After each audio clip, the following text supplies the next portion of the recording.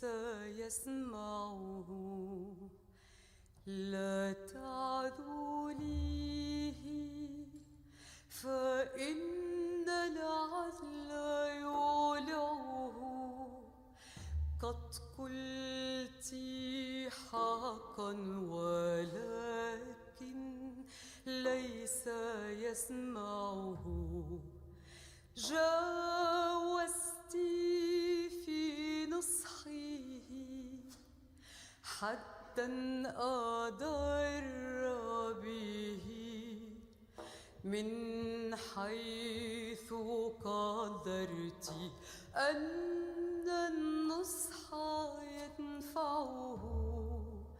فاستعملي الرفق فيه تأني به بدلا من عنفه فهو.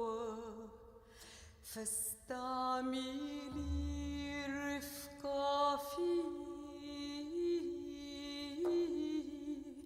تأني به بدلا من عنفه فهو. مضنى القلب موجعه. قد كان مطلعا بالخطب يحمله فضلعت بخطوب البين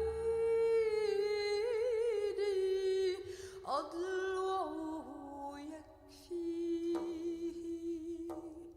من لوعة التشتيت أن له من النوى كل يوم لا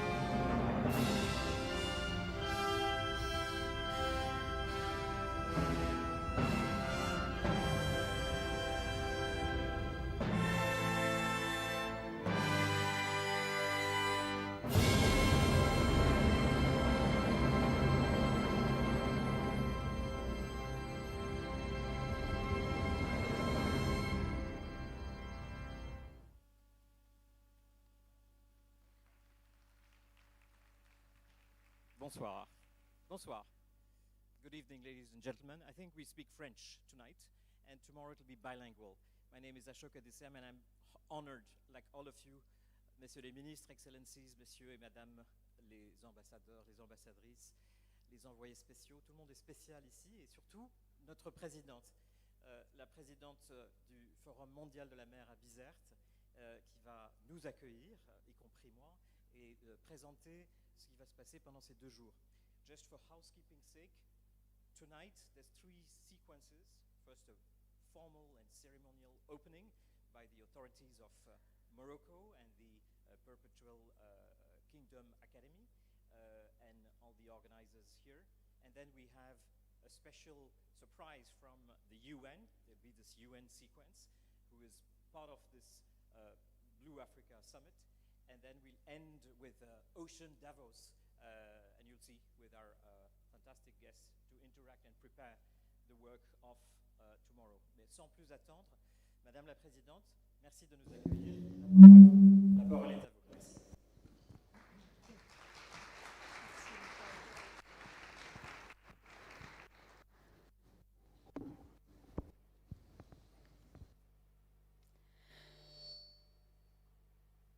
Monsieur le ministre de l'Équipement et de l'Eau, Nizar Baraka, Monsieur le ministre des Ressources maritimes libyennes, Monsieur Adel Mohamed Sultan, Monsieur le secrétaire perpétuel de l'Académie du Royaume du Maroc, Monsieur le président du Forum mondial de la mer, co-président du groupe de stratégie Africa-Europe sur la gouvernance des océans, Monsieur le Wali de Sa Majesté sur la région de Tanger, Excellences, Mesdames et Messieurs, je vous dis bienvenue au Blue Africa Summit. Il y a bon nombre d'entre vous que je connais déjà, puisque j'ai eu le plaisir de vous accueillir lors de la 6e édition du Forum mondial de la mer qui s'est tenu au mois de septembre de cette année à Bizerte, la pointe la plus septentrionale de l'Afrique. De Bizerte à Tanger, vous me direz, il faut compter que quelques brasses, n'est-ce pas, qui nous permettent d'ailleurs de nous retrouver, et je suis heureuse aujourd'hui de compter parmi nous de nouvelles personnalités à la première du Blue Africa Summit, qui se tient à Tanger à l'initiative du secrétaire perpétuel de l'Académie du Royaume du Maroc, avec le concours de M. Pascal Lamy et celui de la Saison Bleue. Tanger. Tanger la Blanche, ville désignée comme la perle de la Méditerranée, grande cité maritime la plus à l'est de l'Afrique du Nord, où convergent Mare Nostrum et l'Atlantique. Leader politique de plus de 30 pays, élu de grandes villes et régions littorales africaines, responsable économique, scientifique, usager de la mer et acteur de la société civile, dialogueront 2 jours durant en format stratégique pour établir ensemble une première carte des enjeux majeurs de l'Afrique maritime d'ici 2030. Sa Majesté le roi Mohammed VI a réaffirmé le 6 novembre dans son discours sur la marche verte l'ambition maritime marocaine. Son souhait est que la façade atlantique devienne un haut lieu de communion humaine, un pôle d'intégration économique, un foyer de rayonnement continental et international. Il nous invite ainsi à réfléchir à la constitution d'une flotte nationale de marine marchande, forte et compétitive, de même qu'il s'est fixé comme objectif d'assurer une connexion fluide entre les différentes composantes du littoral et le désenclavement du Sahel. L'Afrique se révèle aujourd'hui comme une grande puissance océanique, après s'être longtemps pensée comme continentale, loin des grands enjeux maritimes.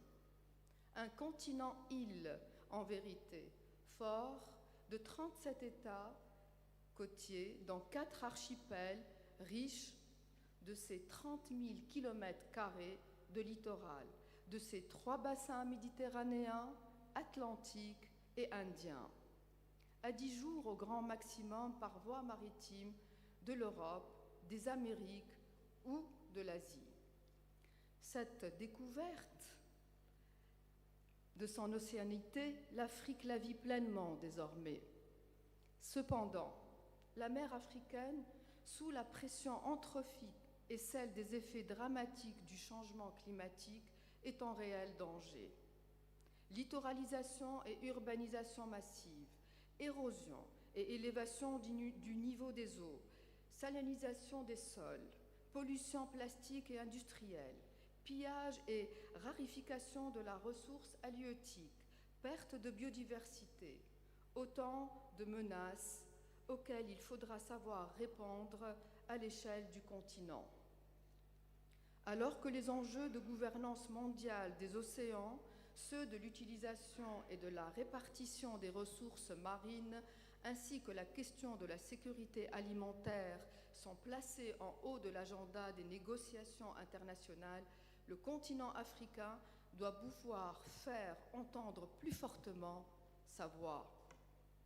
Le Blue Africa Summit, et ce dès sa première édition, se fixe donc un triple objectif de mobilisation. Premièrement, engager les autorités nationales et locales du continent à développer des actions innovantes, transformatrices pour leur littoral, y compris à travers des projets de coopération régionale. Deuxièmement, construire avec les entrepreneurs africains des modèles économiques et financiers durables. Et enfin, encourager les initiatives croisant l'expertise scientifique, l'engagement citoyen et le développement aux fins de la protection de l'océan.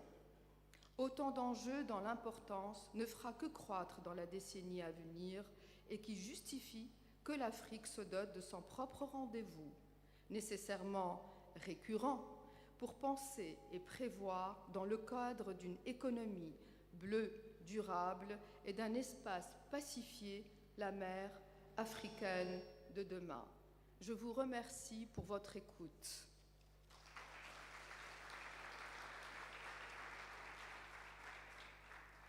J'invite maintenant à prendre place à côté de moi Monsieur le ministre Nizar Baraka, Monsieur le secrétaire perpétuel de l'Académie du Royaume du Maroc, Monsieur le ministre des Ressources marines de la Libye, Adel Sultan,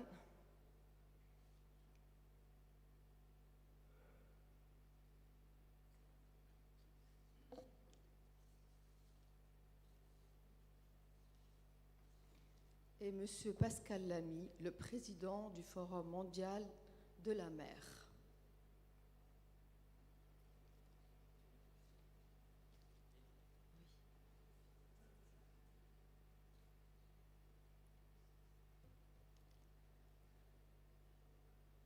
Le film, s'il vous plaît.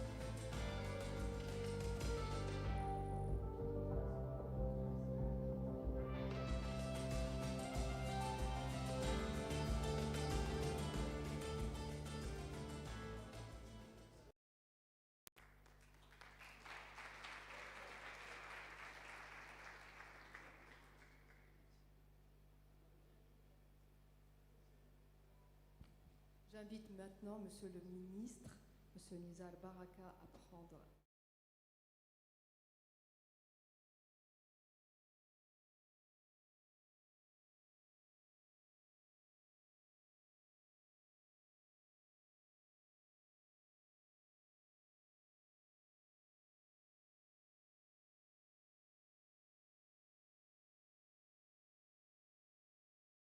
المغربية الأستاذ عبد الجليل الحجومري، السيد رئيس المنتدى العالمي للبحر سي باسكال لامي، السيدة رئيسة مبادرة الفصل الأزرق أستاذ ريم بن زينة، السيد وزير الثورة البحرية لجمهورية ليبيا الشقيقة، السيد والي جهة طنجة تطوان الحسيمة، السيد عامل عمالة فحص أنجرة، السادة الوزراء والسفراء، أيها الحضور الكريم، إنه لمن دواعي سروري البالغ أن أشارككم اليوم في حفل الافتتاح الرسمي للنسخة الأولى لمؤتمر قمة إفريقيا الزرقاء للبحار والمحيطات.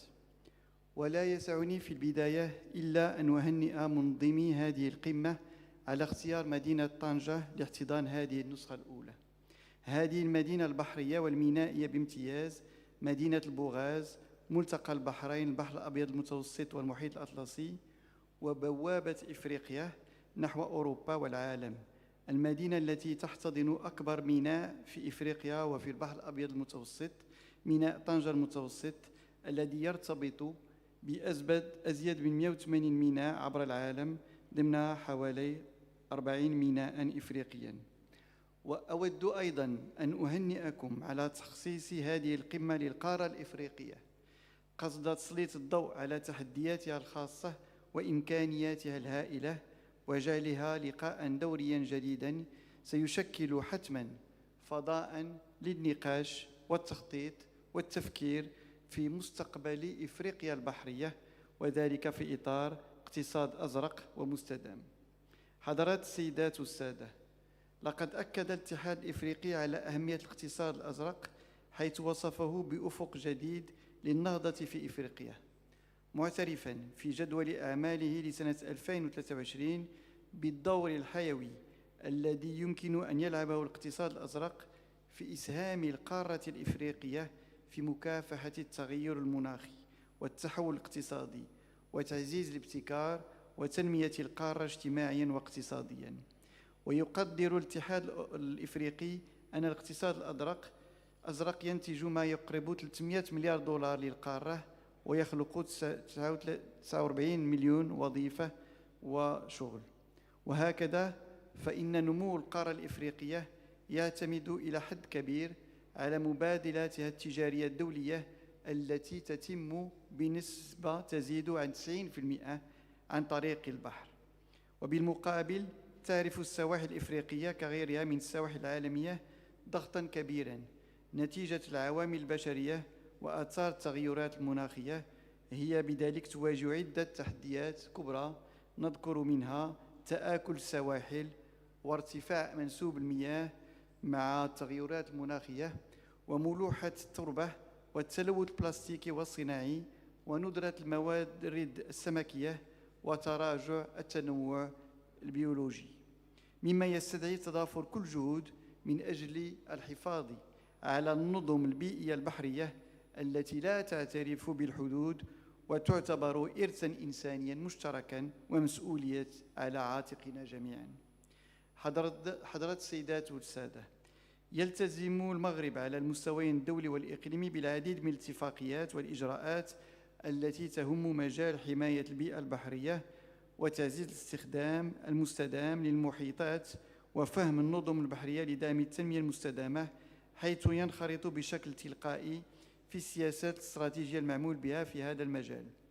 وقد تم مؤخراً تطبيق العديد من المبادرات والإجراءات، نذكر منها المبادرة المتوسطية لتطوير الاقتصاد الأزرق ويستميد، والتي تشكل منصة للحوار والتعاون بين المنطقة 5+5، والتي توجت بتصريح مالطا لتطوير الاقتصاد الأزرق المستدام. تنفيذ مبادرة الحزام الأزرق وإنشاء مناطق بحرية محمية وتخطيط الفضاء البحري. عقد الأمم المتحدة لعلوم المحيطات في خدمة التنمية المستدامة 2021-2030 وتعزيز التعاون العلمي.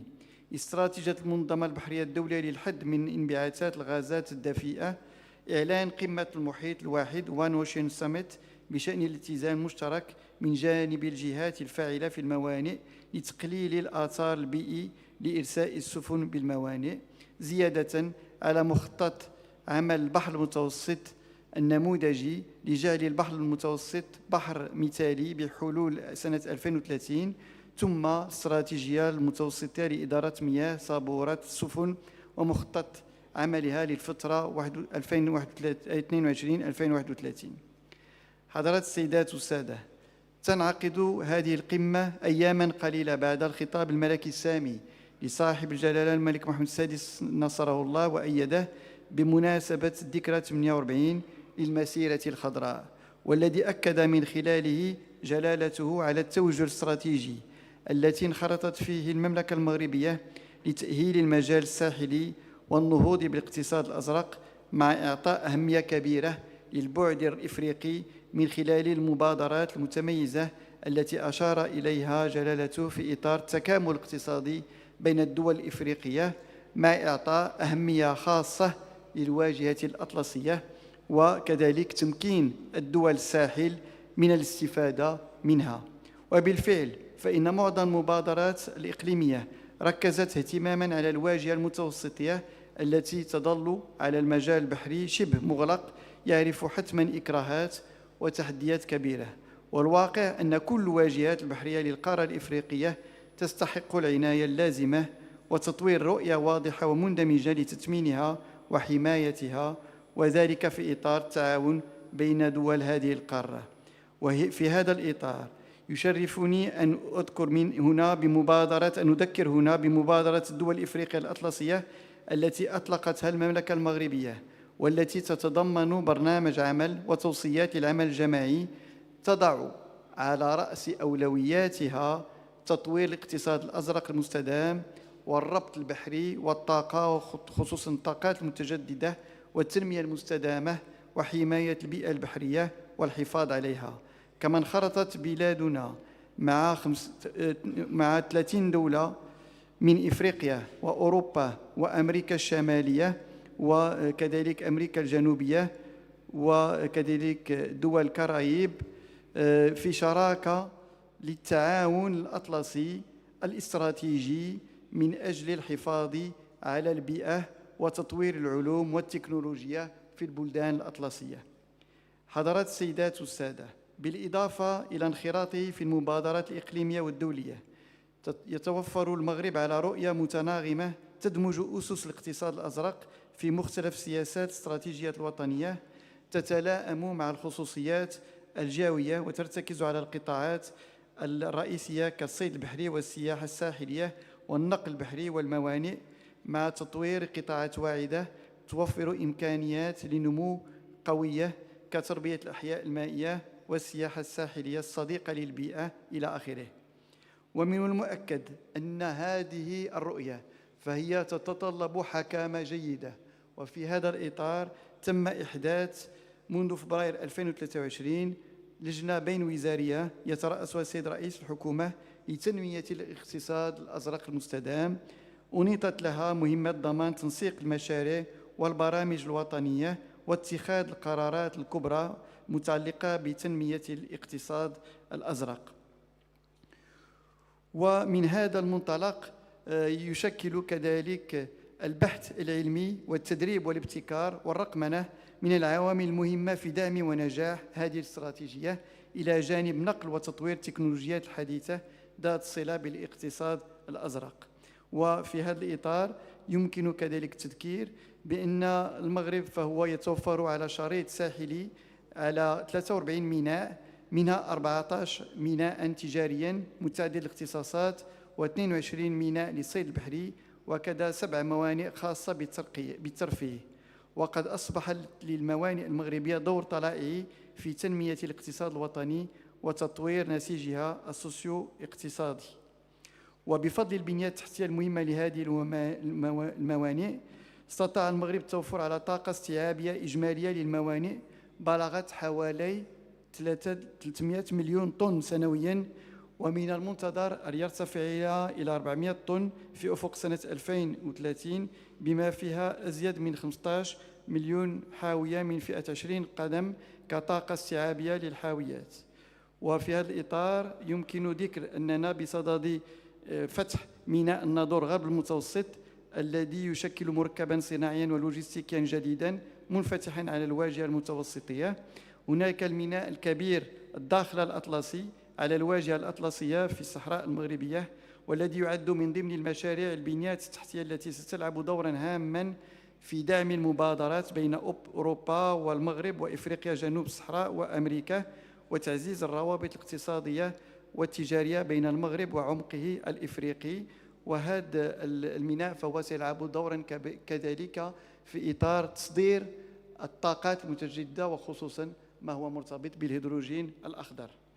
بالإضافة إلى تطوير البنيات التحتية والمينائية، تم إطلاق كذلك عدة مبادرات فعلية لتمكين الموانئ المغربية من مواكبة الانتقال الطاقي والبيئي والرقمي. وفي هذا الإطار لنا استراتيجية من أجل جعل هذه الموانئ فهي موانئ خضراء، لا بالنسبة للنجاعة المائية ولا بالنسبة للنجاعة الطاقية ولا بالنسبة للخدمات المقدمة بالنسبة للسفن. زيادة على هذا الأمر فهنالك كذلك ما هو مرتبط بالسواحل، وفي هذا الإطار فهنالك قانون خاص للحفاظ على السواحل وضمان التنمية المستدامة في هذا الإطار، واستراتيجية وطنية للتنمية المستدامة. وتم كذلك نقوم بإعداد خرائط هشاشة السواحل فيما يتعلق بالأخطار الطبيعية في هذا المجال. حضرات السيدات والسادة، إنني على يقين بأن النقاش البناء خلال هذا المؤتمر سينبثق عنه مخرجات ومقترحات وتوصيات مهمة سيكون لها بلا شك انعكاسات إيجابية على التنمية المستدامة والاقتصاد الأزرق بالقارة الإفريقية، وذلك على غرار إعلان بنزرت الذي توجت بالنسخة الخامسة للمنتدى العامل للبحر، والذي حدد خارطة الطريق لتعزيز الحلول المبتكرة والمساهمة في مواجهة التحديات المرتبطة بالمحيطات على الصعيد العالمي في أفق سنة 2050. نرحب بكم مرة أخرى ونتمنى لكم نجاحا كبيرا في هذا المؤتمر وإقامة طيبة في طنجة لؤلؤة المضيق، والسلام عليكم ورحمة الله تعالى وبركاته.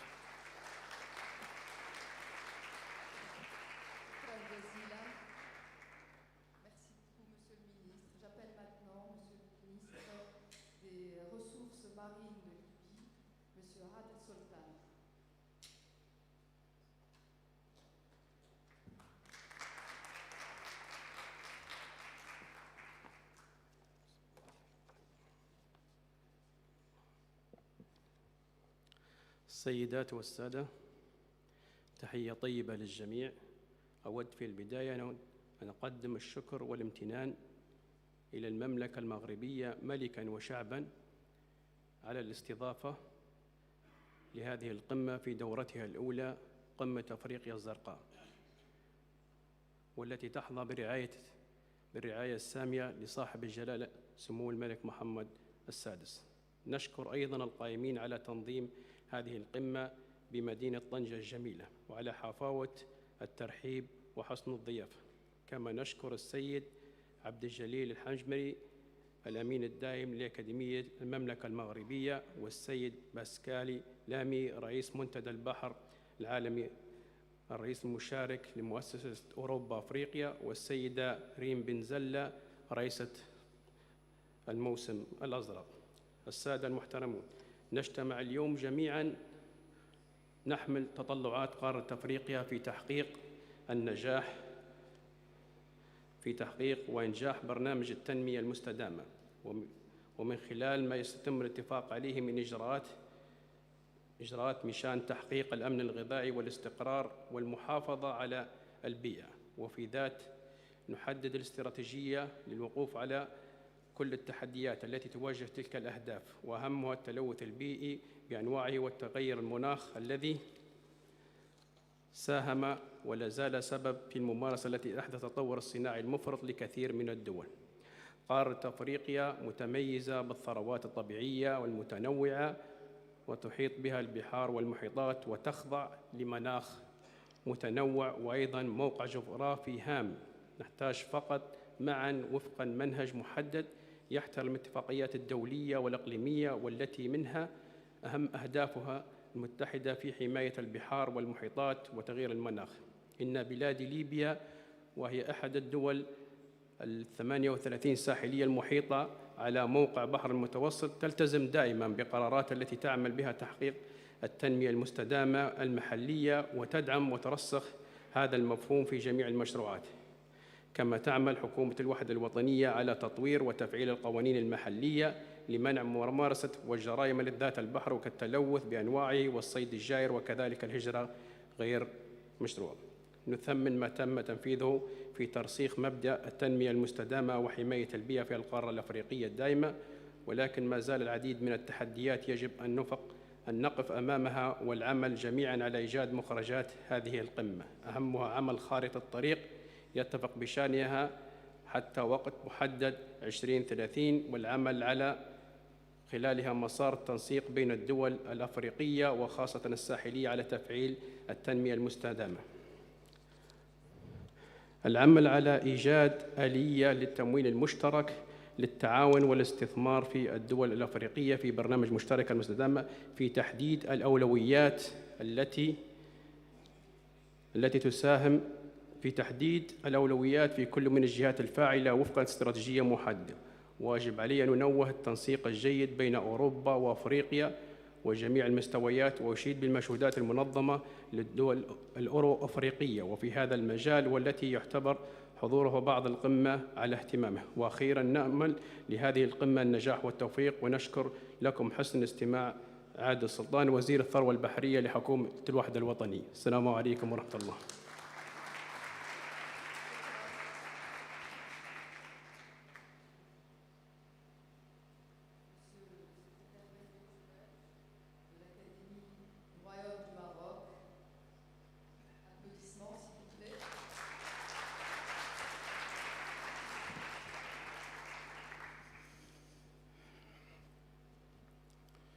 أصحاب المعالي والسعادة، حضرات السيدات والسادة، يطيب لي بداية الترحيب بالسيدات والسادة المشاركين في قمة إفريقيا الزرقاء الأولى، والتي تنظمها أكاديمية المملكة المغربية والمنتدى العالمي للبحر وجمعية الموسم الأزرق، وتحتضنها مدينة طنجة ملتقى قارتي إفريقيا وأوروبا.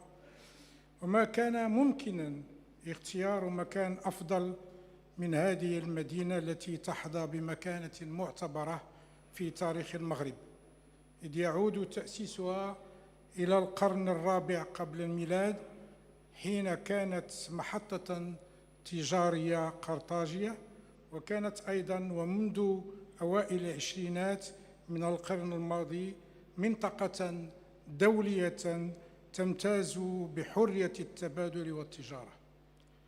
تتمتع إفريقيا جغرافياً بكونها محاطة بالعديد من البحار والمحيطات، تجعل منها ثاني أكبر قارات العالم من حيث المساحة وعدد السكان.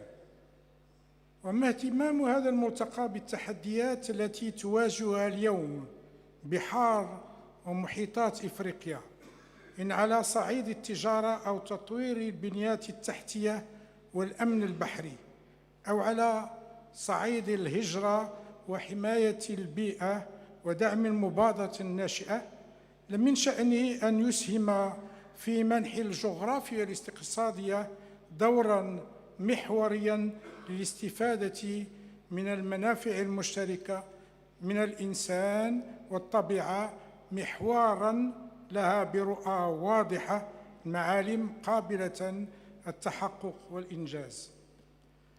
أصحاب المعالي والسعادة، حضرات السيدات والسادة، تغطي المياه أكثر من ثلثي سطح كوكبنا الأزرق، وهذا ما يجعل الكثير من الاقتصاديات الإفريقية تعتمد في صادراتها ووارداتها على طريق البحر، ولا أدل على ذلك من تضاعف حجم التجارة العالمية المنقولة بحراً لأكثر من 4 مرات في العقود ال4 الماضية.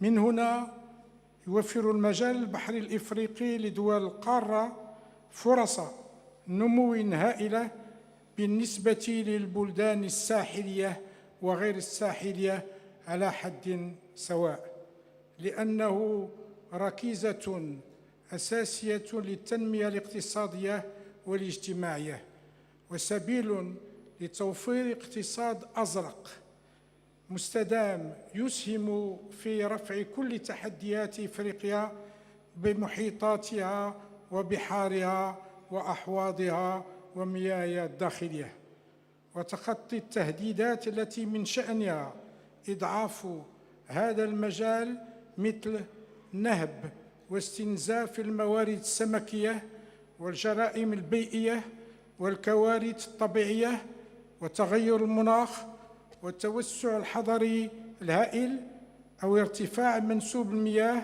وتملح التربة والتلوث البلاستيكي والصناعي وفقدان التنوع البيولوجي وما إلى ذلك.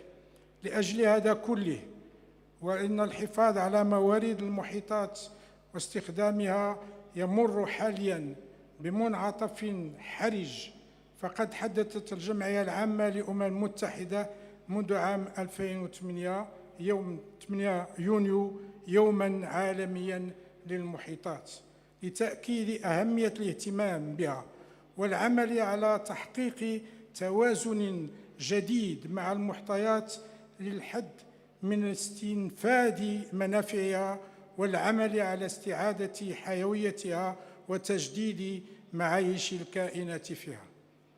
قال الله عز وجل في كتابه الحكيم وهو خير القائلين: وجعلنا من الماء كل شيء حي فلا حياة من دون ماء. وتلك حكمة إلهية للتفكر في نعم الماء ومنابعه مطرا ونهرا وبحرا، والاجتهاد دوما لإيجاد الحلول العلمية للحفاظ عليه باعتباره منارة أمل للبشرية جمعاء. من الإنصاف في القول إن المملكة المغربية تؤمن بمشروع إفريقيا الزرقاء اعتباراً لموقعها الجغرافي المنفتح على واجهتين بحريتين، المتوسط شمالاً والمحيط الأطلسي غرباً، الأمر الذي جعل البحر دوماً عاملاً مؤثراً في كل الحضارات التي تعاقبت على تاريخ المغرب منذ القدم. وهو ما فتئ مولانا صاحب الجلالة الملك محمد السادس أيده الله ونصره تأكيد في عدد من خطبه، من ذلك إعلانه حفظه الله في خطابه بمناسبة الذكرى 48 للمسيرة الخضراء المضفرة 6 نوفمبر 2023 عن مبادرة دولية طموحة بقوله أيده الله ونصره: نقترح إطلاق مبادرة على المستوى الدولي تهدف إلى تمكين دول الساحل من الولوج إلى المحيط الأطلسي، والمغرب مستعد لوضع البنيات التحتية الطرقية والمينائية والسكك الحديدية رهن إشارة هذه الدول الشقيقة، إيماناً منا بأن هذه المبادرة ستشكل تحولاً جوهرياً في اقتصادها وفي المنطقة كلها. انتهى كلام صاحب الجلالة.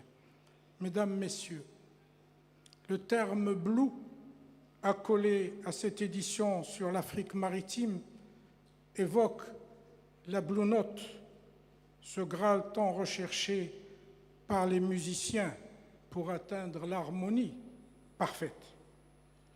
En matière d'harmonie, permettez-moi de suggérer, les mers et les océans semblent plus vite s'accorder que les organisations humaines, car si la Méditerranée et l'Atlantique s'unissent merveilleusement malgré des zones de très grande turbulence qui rendent en effet périlleuse les navigations à leur point de contact, plus laborieuse est l'action humaine pour agir en concertation.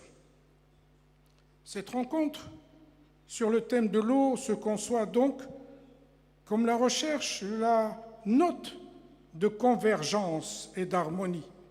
C'est en ce sens qu'elle ouvre d'heureuses perspectives pour nos populations, pour nos activités économiques, pour nos transports multimodaux, pour nos coopérations les plus profitables à la fois à la meilleure exploitation possible des ressources halieutiques, hydrauliques et pour des dispositions utiles à la préservation de la biodiversité.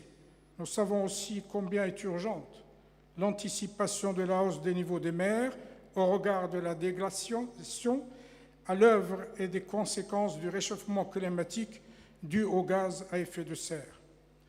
Je me réfère dans cette brève allocution à l'article plaidoyer de Madame Françoise Vergès, intitulé « Afrique océanique, Afrique liquide », dans l'ouvrage « Penser et écrire l'Afrique aujourd'hui », issu des actes du colloque éponyme organisé au Collège de France à Paris le 3 mai 2016, qui résume mon propos.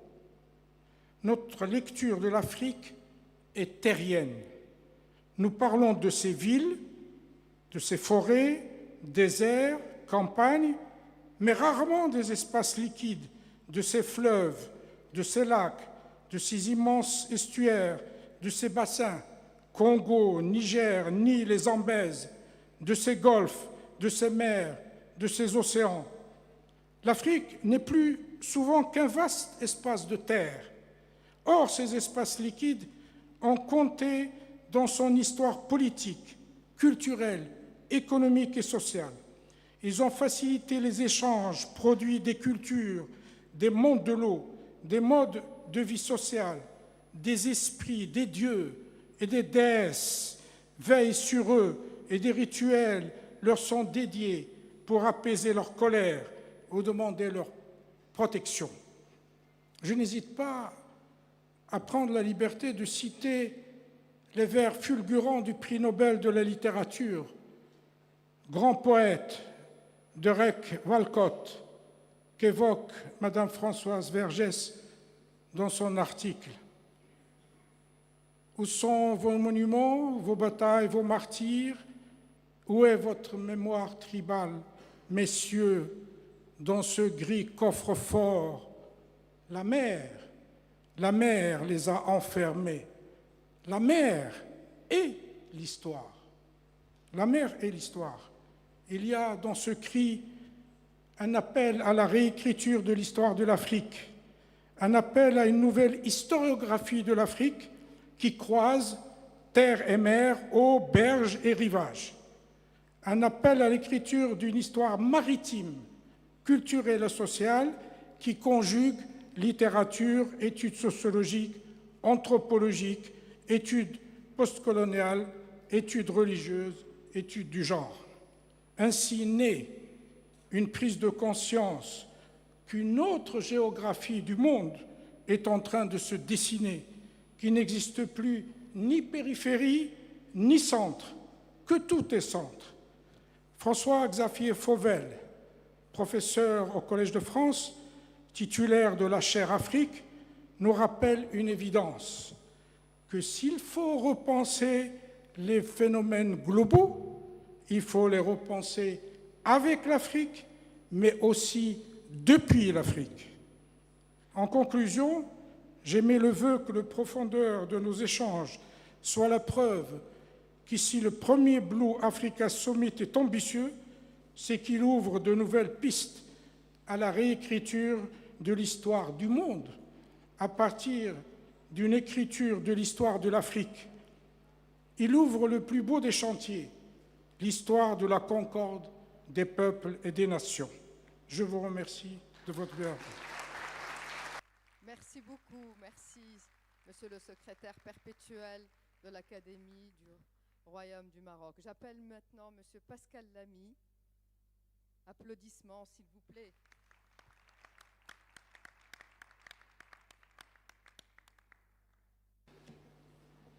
Mesdames, Messieurs, chers amis, à mon tour de vous souhaiter la bienvenue et de vous remercier pour votre participation à ce premier Blue Africa Summit. Et je voudrais très généreusement saluer celles et ceux avec lesquels nous avons conçu cette première édition. Évidemment, d'abord, mon ami Abdeljalil Ajomri, secrétaire perpétuel de l'Académie du Royaume du Maroc, et puis aussi Rim Benzina, qui dirige avec un formidable dynamisme la saison bleue. Nous le savons, l'eau monte. Elle monte au propre, et c'est une mauvaise nouvelle, mais elle monte aussi au figuré, et ça, c'est une bonne nouvelle. Qu'elle monte au propre, nous le savons, nous le constatons, nous savons pourquoi. Nous avons passé sur cette question 3 jours la semaine dernière à Paris, au sommet pôle et glacier, dans le cadre du Forum de Paris sur la paix. Mais la bonne nouvelle, c'est que l'eau monte dans nos préoccupations. Elle monte dans le calendrier international, elle monte dans les grandes conversations de ce monde qui sont maintenant de plus en plus consacrées à la question environnementale, le réchauffement climatique, la dégradation de la biodiversité. Et c'est une des raisons pour lesquelles je veux saluer ici la présence de Peter Thomson, qui est en quelque sorte devenu la voix universelle de l'océan. Pas seulement de l'océan, mais aussi de l'hydrosphère, comme nous le disons à Bruxelles, au sens où nous devons considérer l'ensemble des systèmes aquatiques, marins, reliés entre eux, nous le savons, que ce soit de l'eau douce ou de l'eau salée, pour mieux comprendre l'origine de cette dégradation rapide et pour mieux y agir. Et c'est au nom de cette volonté de remettre l'océan à sa juste place dans l'ensemble de ces conversations planétaires, africaines, européennes, nationales, que nous avons conçu ce Blue Africa Summit comme une sorte d'étape dans cette trajectoire qui a commencé il y a 10 ou 15 ans, quand l'océan était en quelque sorte laissé de côté dans ses préoccupations, à, par exemple, ce qui nous mènera en 2025 à la 3e conférence des Nations Unies sur l'océan, qui sera co-organisée par la France et le Costa Rica, avec des séries d'étapes très importantes, celles qu'on a connues l'année dernière à New York avec le traité sur la haute mer, celles qui, nous l'espérons, dans les années qui viennent, conduiront à un traité sur les plastiques et la pollution qu'ils entraînent dans l'ensemble de nos systèmes hydrosphériques. Plus près de nous, la réunion qui a été convoquée par le président Ruto au Kenya il y a quelques semaines, et celle qui nous réunira dans 15 jours à Dubaï pour là aussi essayer de faire de l'océan un élément majeur de la conversation sur l'environnement.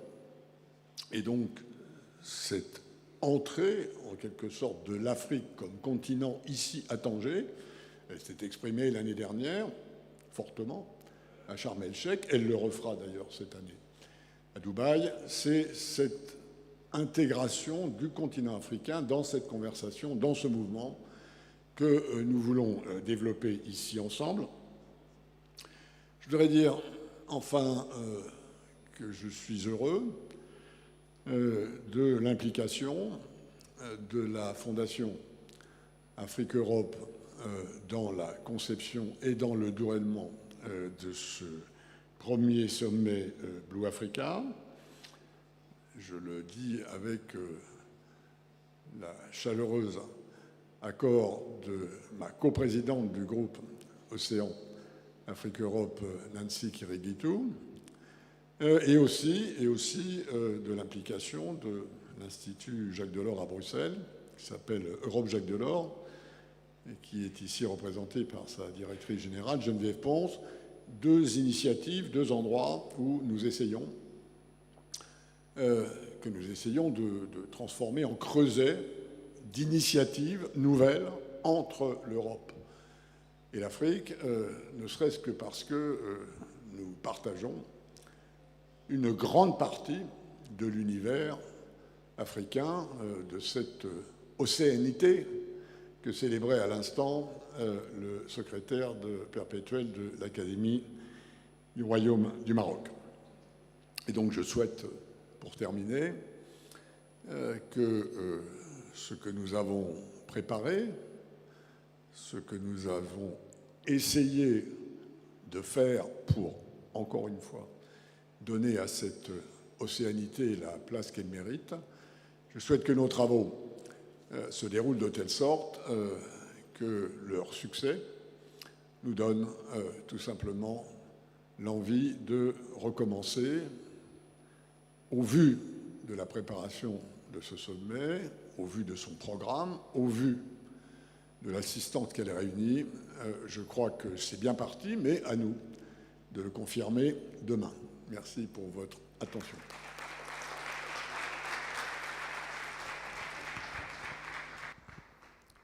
Merci beaucoup, messieurs les ministres, monsieur le secrétaire perpétuel, messieurs les ministres, monsieur le président Pascal Lamy. On vous invite à reprendre vos places de président de cette séance. Bravo, bravo à vous, on peut les applaudir. Merci.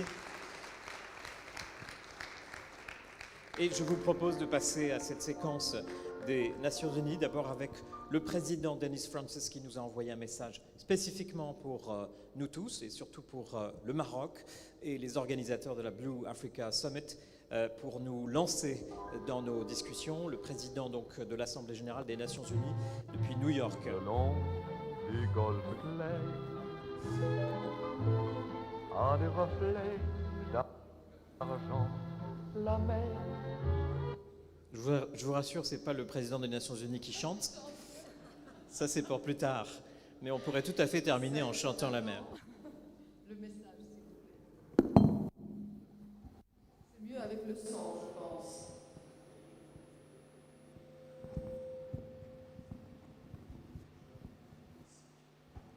Je pense qu'on va recommencer le message depuis le début, s'il vous plaît, à la régie. Despite my keen interest in strengthening Africa's maritime domain. Excellencies, distinguished participants, it is my distinct honor to address the inaugural Blue Africa Summit. My only regret is that I am not able to join you in person, despite my keen interest in strengthening Africa's maritime domain. Let me commend the Kingdom of Morocco's esteemed leadership in championing the vision of His Majesty King Mohammed VI to make the Africa maritime space a zone of peace, stability, and shared prosperity for all. Contriving to create, nurture, and sustain peace must be the centerpiece of our work in these times. His Majesty's vision aptly resonates with the theme I have chosen for the 78th session of the General Assembly. The maritime city of Tangier, at the confluence of the Mediterranean Sea and the Atlantic Ocean, and spanning both Africa and Europe, is the ideal place to host this august gathering. Indeed, Africa has emerged as a significant oceanic power, boasting 30,000 kilometers of coastline in 37 coastal states. Its maritime routes, which once linked ancient empires, today increasingly transport people, energy, food, and maritime resources across 3 oceans. On the continent, some 200 million people live within 50 kilometers of the coast, a figure set to double by 2030, and a reality that makes the maximization of its dynamic maritime potential vitally important to Africa's future development. This is especially true as sea level rise continues to pose an existential threat to its low-lying coastal areas.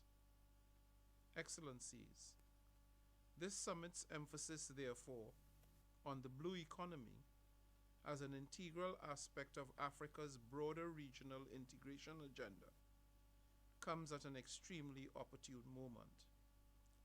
The blue economy can be a strong driver of sustainable and inclusive growth and development, providing crucial livelihoods and job opportunities for many, and thus helping to boost the food security needs of millions on the continent and potentially abroad.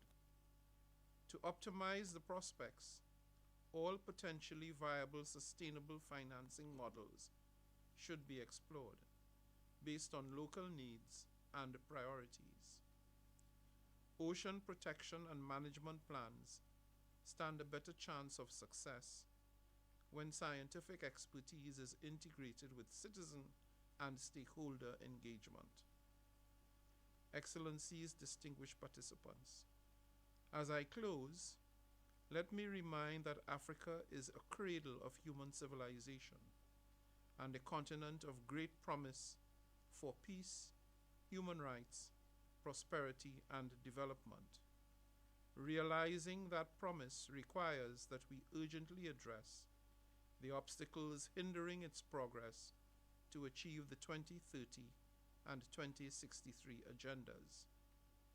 I therefore encourage all stakeholders, national and local authorities, civil society and the private sector, to forge strong partnerships that address the challenges in Africa's maritime domain, and aligning these efforts with those of the African Union and other regional and international organizations.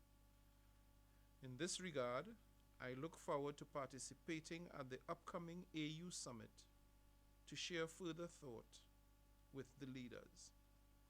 And I urge development partners to seize the opportunity offered by this critical Blue Africa Summit to scale up investments in the continent's sustainable development. Together, let us ensure that no country on the continent is left behind in our unrelenting quest for peace, prosperity, progress, and sustainability for all. I thank you.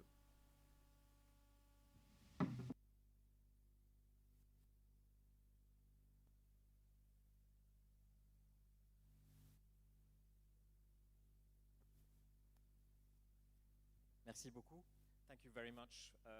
He's not listening to us, but indeed we are engaging France, Costa Rica, and the UN agencies, and there are at least two represented here who are going to speak after this. And before we call on stage for his keynote address Ambassador Peter Thompson, Special Envoy of the Secretary General for the Ocean, and who is so of existential importance for all of us here, your presence and all what you have done. I just want to bring to your attention the music. So not the song that we maybe will sing later on at the dinner, but the music that Reem and the team selected, which was, you have recognized it, Ainsi parlait Zarathustra of Richard Strauss, which is basically the story of man in nature, and which became 2001 l'Odyssée de l'espace. And with Peter Thompson, actually, we are entering into another Odyssey. C'est l'Odyssée de l'océan. So thank you, Peter, for all what you have been doing for us, for the ocean community and for the world. The floor is yours for the keynote address. I think we can clap him warmly. Merci, Peter.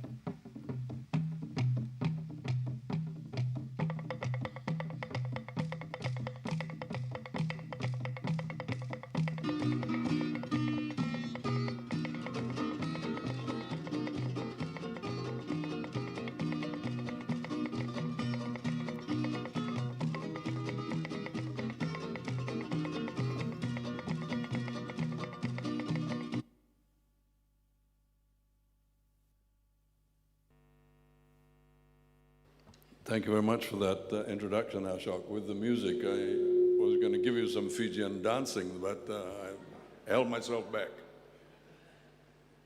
Mr. Minister, Permanent Secretary of the Royal Academy, Excellencies, ladies and gentlemen.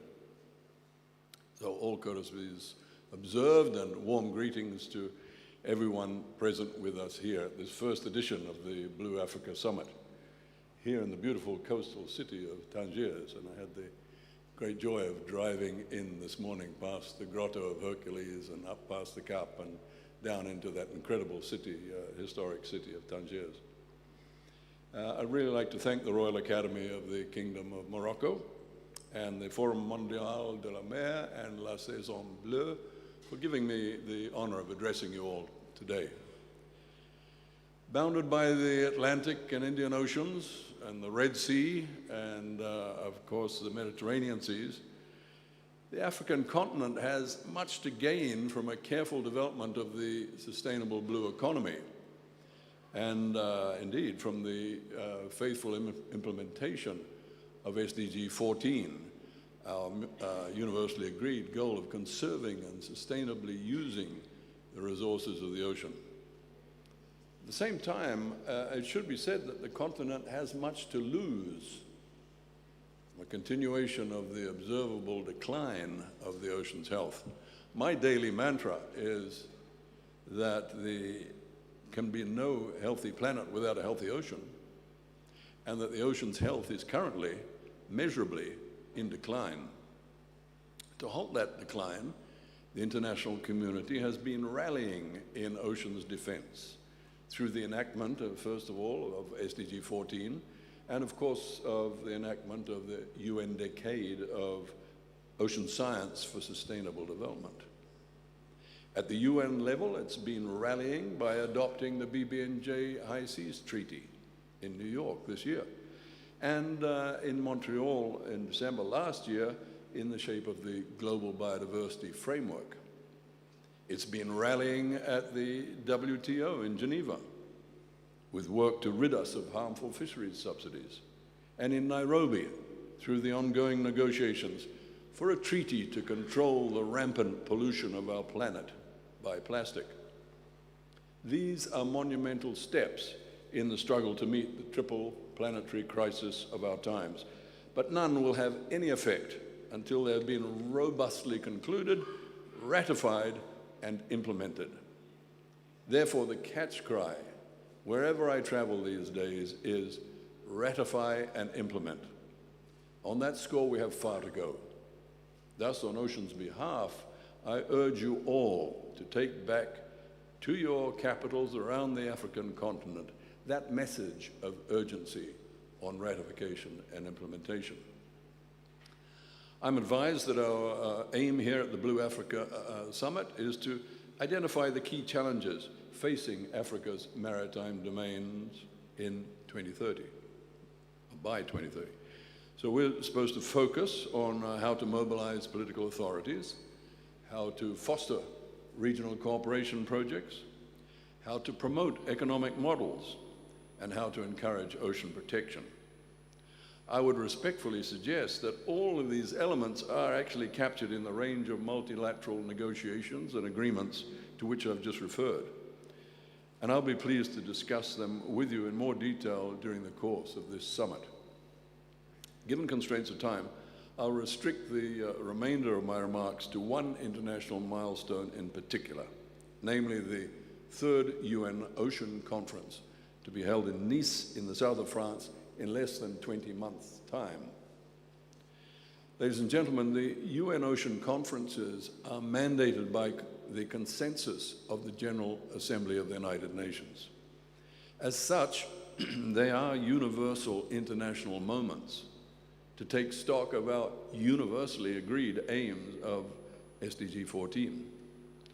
Held every 3 years, I view them as moments of truth along the course of SDG 14's course of its implementation.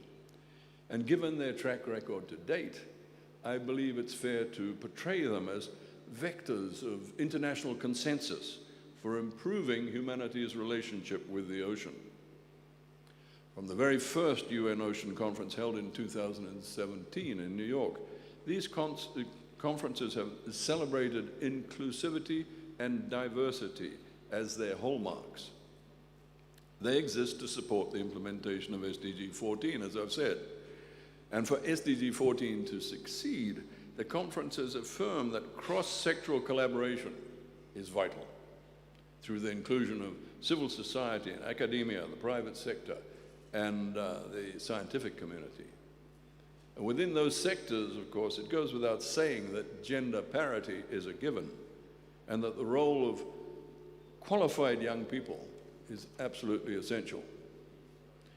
In the remainder of my remarks today, please permit me the acronym UNOC 3 when I'm referring to the third UN Ocean Conference. Co-hosted by the governments of France and Costa Rica, it will take place in Nice over 5 days from the 9th to the 13th of June 2025. During UNOC 3, the co-hosts are keen for multilateral ocean-related processes to be brought to fruition, including those acting upon plastic pollution, fisheries, and marine biodiversity conservation in waters both within and beyond national jurisdictions. The co-hosts are giving high attention to 3 critical areas of ocean action by organizing 3 special events. And these special events will be held directly prior to UNOC 3. The first special event is the One Ocean Science Congress. And it's going to be held in Nice from the 4th to the 7th of June, and will be dedicated to delivering scientific evidence for better informed science-based decision-making at UNOC 3 and thereafter at national, regional, and international levels. One of the chief organizers of that Congress was with me in China last week, Professor Jean-Pierre Gattuso. He said they're expecting thousands of the world's best scientists to be present in Nice at that Congress. The second UNOC 3, allow me, the second UNOC 3 special event will take place in Nice on the 7th of June and will focus on the resilience of coastal cities and regions in the face of sea level rise. And the distinguished speakers before me were referring to that phenomenon. This special event is motivated by forecasts that sea level rise will accelerate over coming decades, threatening the ways of life of more than 1 billion people around the world and presenting bleak prospects for a broad spectrum of coastal habitations, ecosystems, and productive agricultural lands.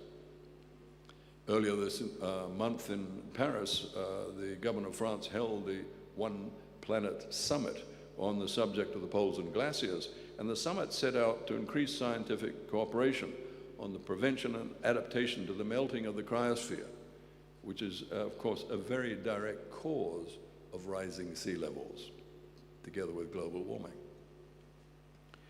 An ambitious coalition at the summit on ocean rise and resilience was launched to bring together cities and coastal regions and small island developing states threatened by submersion.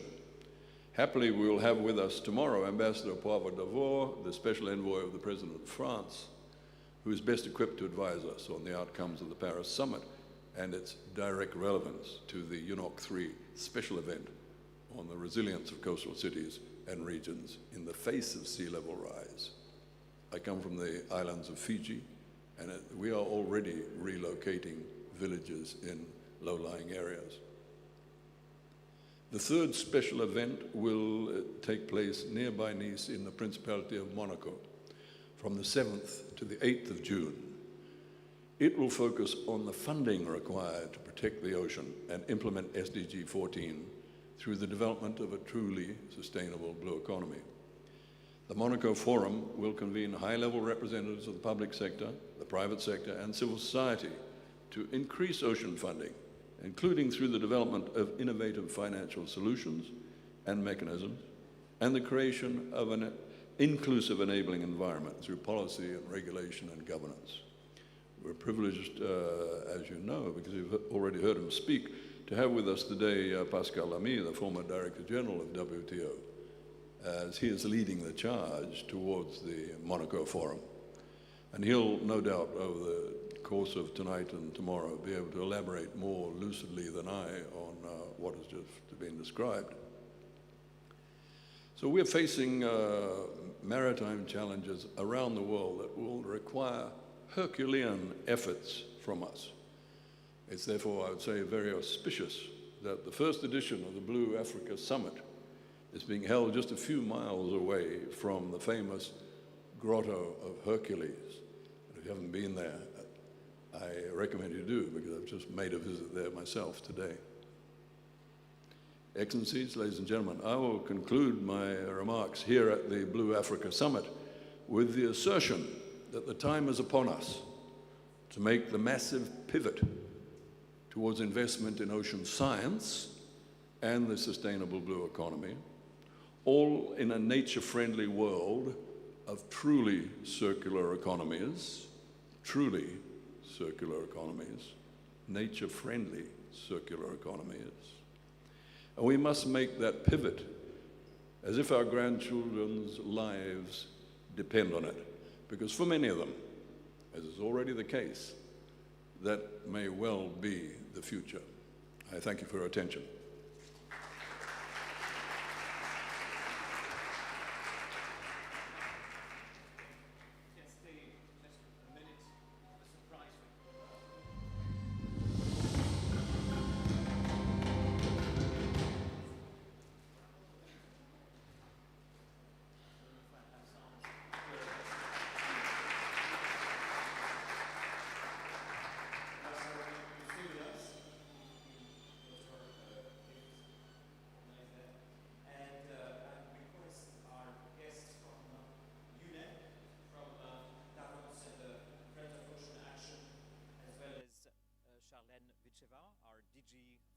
Mare to join us for the next session.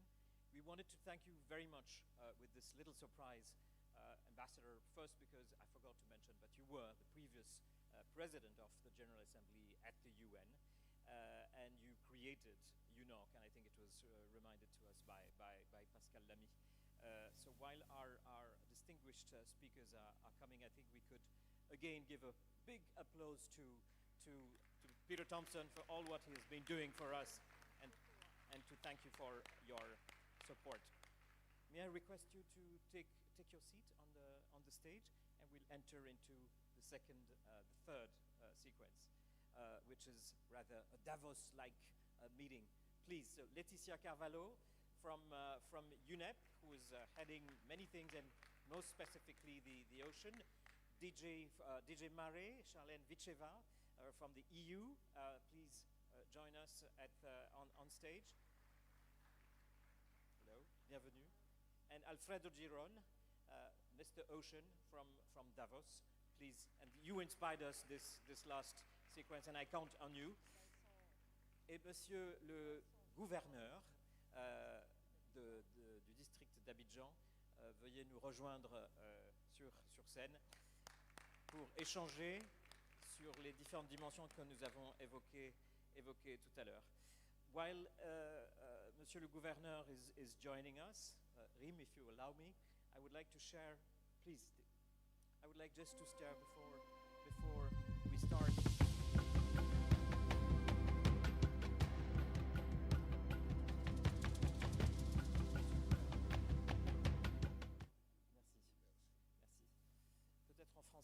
J'aimerais partager avec votre permission, Président Pascal Lamy, un mantra, une équation et un triangle. D'abord le mantra, and maybe this will inspire the conversation that we're going to have. The mantra that you shared with us last week at the Polar Summit. I'll remember in English. Knowledge, conscious, policy, and no policy without action and transformative action. I think that's right. La connaissance, la conscience, la politique et l'action.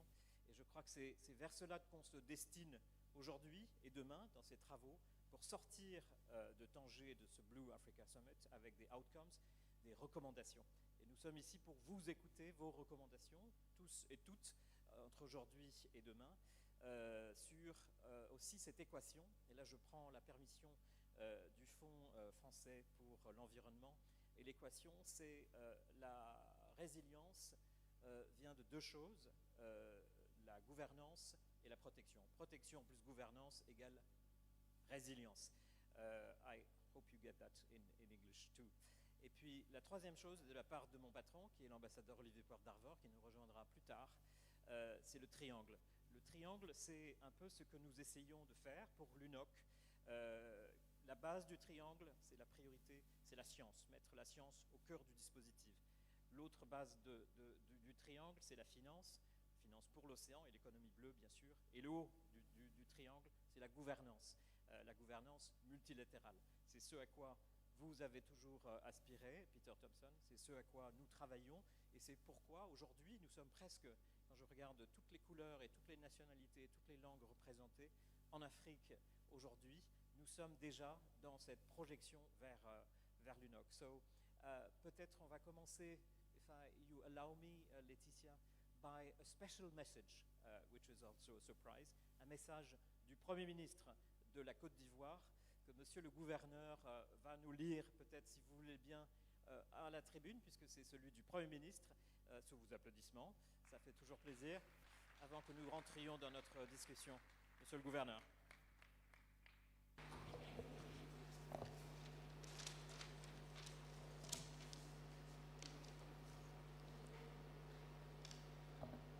Mesdames, Messieurs, en vos rangs, grades et qualités, je voudrais vous livrer le message de Son Excellence Robert Begré-Mambé, Premier ministre de Côte d'Ivoire, ancien gouverneur du district d'Abidjan. L'honneur me choisit de prendre la parole devant cette auguste assemblée pour saluer au nom de Son Excellence Robert Begré-Mambé, Premier ministre de la Côte d'Ivoire, ancien ministre gouverneur du district autonome d'Abidjan, et vous remercier de l'honneur que vous lui faites de l'inviter à cette première édition du Blue Africa Summit. Cependant, il exprime son profond regret de ne pouvoir être présent à ce forum, eu égard à son agenda très chargé, lié à sa nouvelle fonction de Premier ministre de la République de Côte d'Ivoire. Toutefois, il reste très attentif aux différents échanges et résolutions qui se dégageront de ce forum afin d'envisager les perspectives prometteuses pour la préservation de notre environnement marin. Je voudrais aussi saluer les organisateurs de ce forum pour les délicates attentions dont la délégation d'Abidjan a fait l'objet dans le cadre de la préparation de cette rencontre depuis notre arrivée à Tanger. Notre planète connaît depuis des décennies de nombreuses mutations, dues notamment aux effets du changement climatique. Les mers et océans n'en demeurent pas moins impactés. Le continent africain traverse une série de crises relatives au cadre maritime, l'érosion côtière, la pollution des mers, la piraterie en mer, la surpêche, pour ne citer que ceci, constitue une véritable interrogation pour les chercheurs et observateurs africains et internationaux. Mesdames, Messieurs, mon pays, la Côte d'Ivoire, est bordé par l'océan Atlantique avec un littoral de 590 km de long. De ce point de vue, la Côte d'Ivoire est plus impliquée dans la cause des océans et des mers. Les enjeux maritimes de notre nation s'étendent sur plusieurs aspects qui touchent d'une part l'économie du pays et d'autre part les populations et leur cadre de vie. Pour rappel, la Côte d'Ivoire, confrontée à une baisse préoccupante de ses ressources halieutiques, et afin d'assurer le repos biologique et le renouvellement des stocks de ces ressources, l'État ivoirien, avec à sa tête son Excellence, Monsieur le Président de la République Alassane Ouattara, qui a la même vision que le roi du Maroc, a imposé 3 différentes périodes de fermeture de pêche en mer, qui a impliqué en début du 2e semestre de cette année les unités de pêche artisanales, puis les unités industrielles et semi-industrielles, et enfin, pour le premier trimestre de l'année prochaine, les navires tonniers. Notre pays, la Côte d'Ivoire, possède des plaines côtières qui abritent sensiblement 30% de la population ivoirienne et 80% des activités économiques du pays.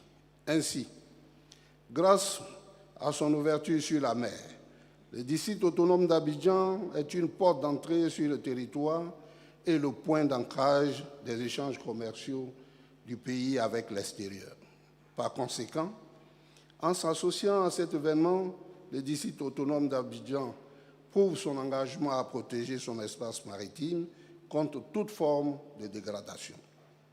À cet effet, le district autonome d'Abidjan s'est doté d'un plan d'action climat. Dans le cadre de l'élaboration de ce plan d'action, une analyse scientifique de la vulnérabilité du territoire face aux risques climatiques a été faite en vue d'envisager des actions adéquates. Les résultats de cette analyse ont montré que ces dernières décennies, il a observé une intensification de l'élévation du niveau de la mer, accentuant ainsi les inondations et l'érosion côtière.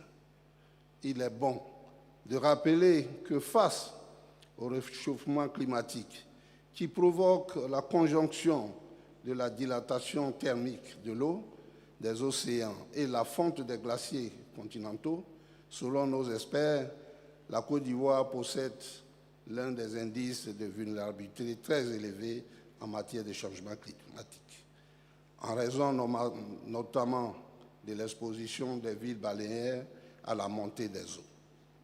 Nous nous souvenons encore des furieuses vagues du mois d'août dernier qui ont englouti des habitations à Grand Bassam, laissant derrière elles des familles sinistrées et des pertes énormes de biens matériels. Ce phénomène n'est pas récent en Côte d'Ivoire, car depuis plusieurs années, les villages côtiers tels que le cas de Grand Laou Panda, dans la ville de Grand Laou, est totalement submergé. Les conséquences prévisibles les plus importantes de ces événements météorologiques extrêmes annoncés de manière unanime par nos scientifiques sont le recul du trait de côte de l'ordre de 1 à 3 mètres, voire plus par endroit, la menace des activités touristiques, en particulier l'hôtellerie, la menace des vies humaines et le déplacement des populations, la disparition des territoires insulaires de faible altitude, la destruction d'écosystèmes côtiers, la perte de la biodiversité marine, dont un exemple est le cas des cachalots qui ont échoué successivement en 2015 sur les plages d'Assini, Grand Bassam et d'Assouan II. Cependant, il y a des obstacles et lacunes majeures qui sont rencontrés dans la mise en œuvre des mesures d'adaptation concernant le secteur des zones côtières. Outre l'instabilité de nos embouchures, l'action destructrice de l'homme sur les écosystèmes tels que les mangroves, la faible prise en compte des mesures d'adaptation dans les zones côtières est liée au coût élevé des infrastructures à réaliser. À titre d'exemple, selon les contributions déterminées au niveau national révisé, le coût de la dégradation des zones côtières en Côte d'Ivoire, selon une évaluation de la Banque mondiale, s'élèverait à 1,985 millions de dollars par an,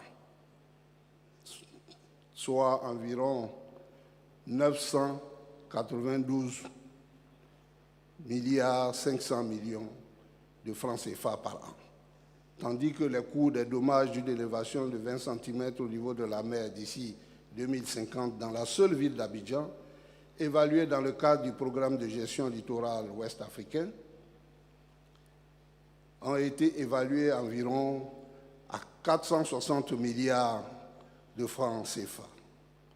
Ce forum est donc l'occasion pour tous ensemble identifier les mesures propres, efficaces à lutter contre les changements auxquels nous nous exposons, les océans. L'occasion de nouer des partenariats solides pour agir ensemble à trouver des solutions efficaces, réalisables, en vue de protéger les océans et booster l'économie bleue de nos pays, mais surtout assurer la protection de ces espaces marins et côtiers. Mesdames, Messieurs, d'ici 2030, l'Afrique connaîtra une croissance démographique importante, avec une population de plus de 1,7 milliard de personnes. Il est important de partager avec les générations futures nos expériences vécues en ce qui concerne les mers et océans, afin de susciter en elles un désir profond de protection et de sauvegarde de ce patrimoine national. Comme le disait Paul Valéry, de tous les actes, le plus complet est celui de construire. Par ces propos, je m'avance à dire que la protection des eaux n'est pas une illusion, mais une réalité qui doit être construite. Par ce forum et les initiatives passées, nous posons aujourd'hui les fondements d'une réalité écologique et durable des eaux, de la nature en général, afin que les générations de demain achèvent cette construction et que le bleu des océans soit dans le cœur de chacun, un havre de paix. Je renouvelle l'engagement d'Abidjan à soutenir toutes les actions de préservation des milieux marins et de lutte contre toutes les dégradations marines dans l'optique du sommet des Nations Unies sur les océans de Nice en juin 2025.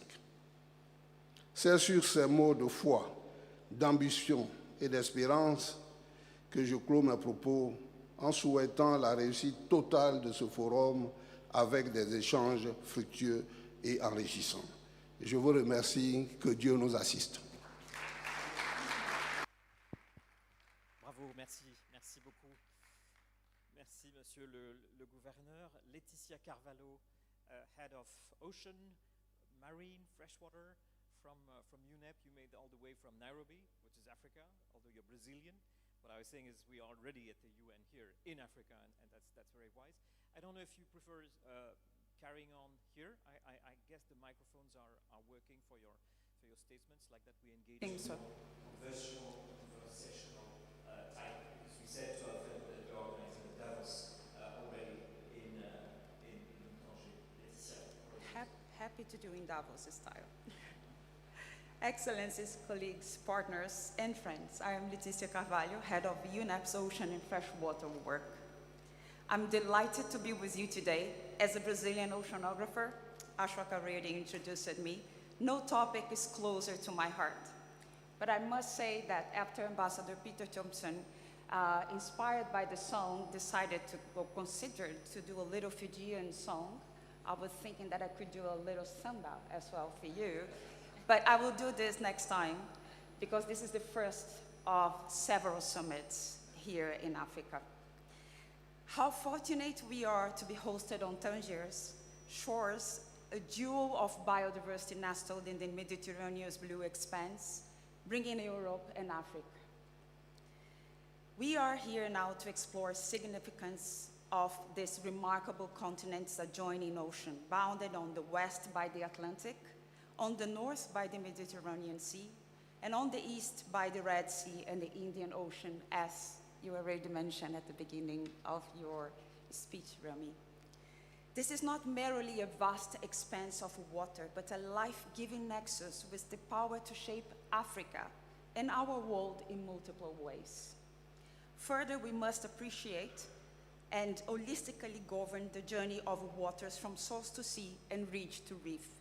For waters flow in a never-ending cycle, bringing life to ecosystems, species, and to our very humanity. This continent is endowed with massive aquatic and marine resources.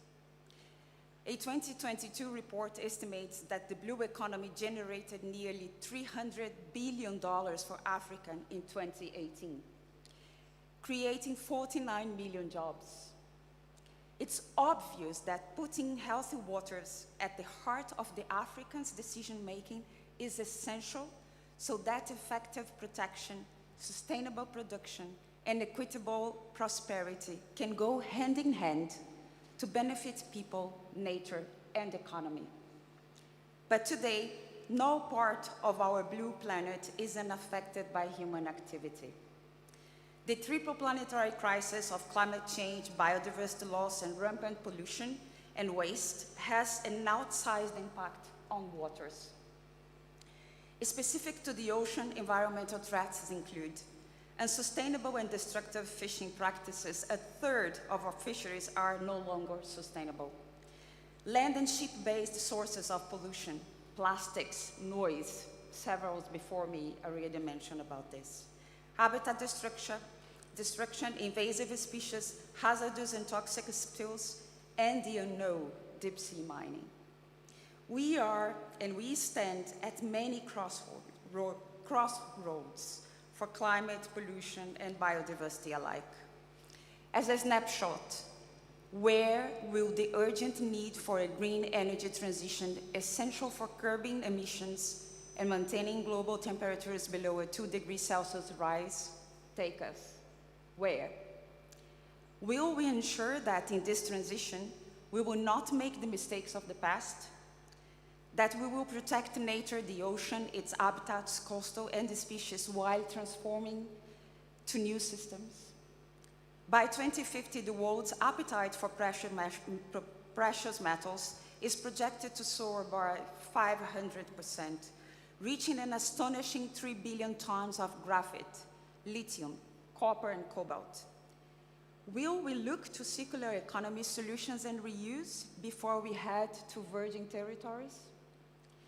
We will place nature at the heart of the decision-making to ensure that wind farms and transmission lines are sited in areas that need to be restored versus into pristine areas that could be damaged, out of the way of the migratory passes of Africa's great pelagics.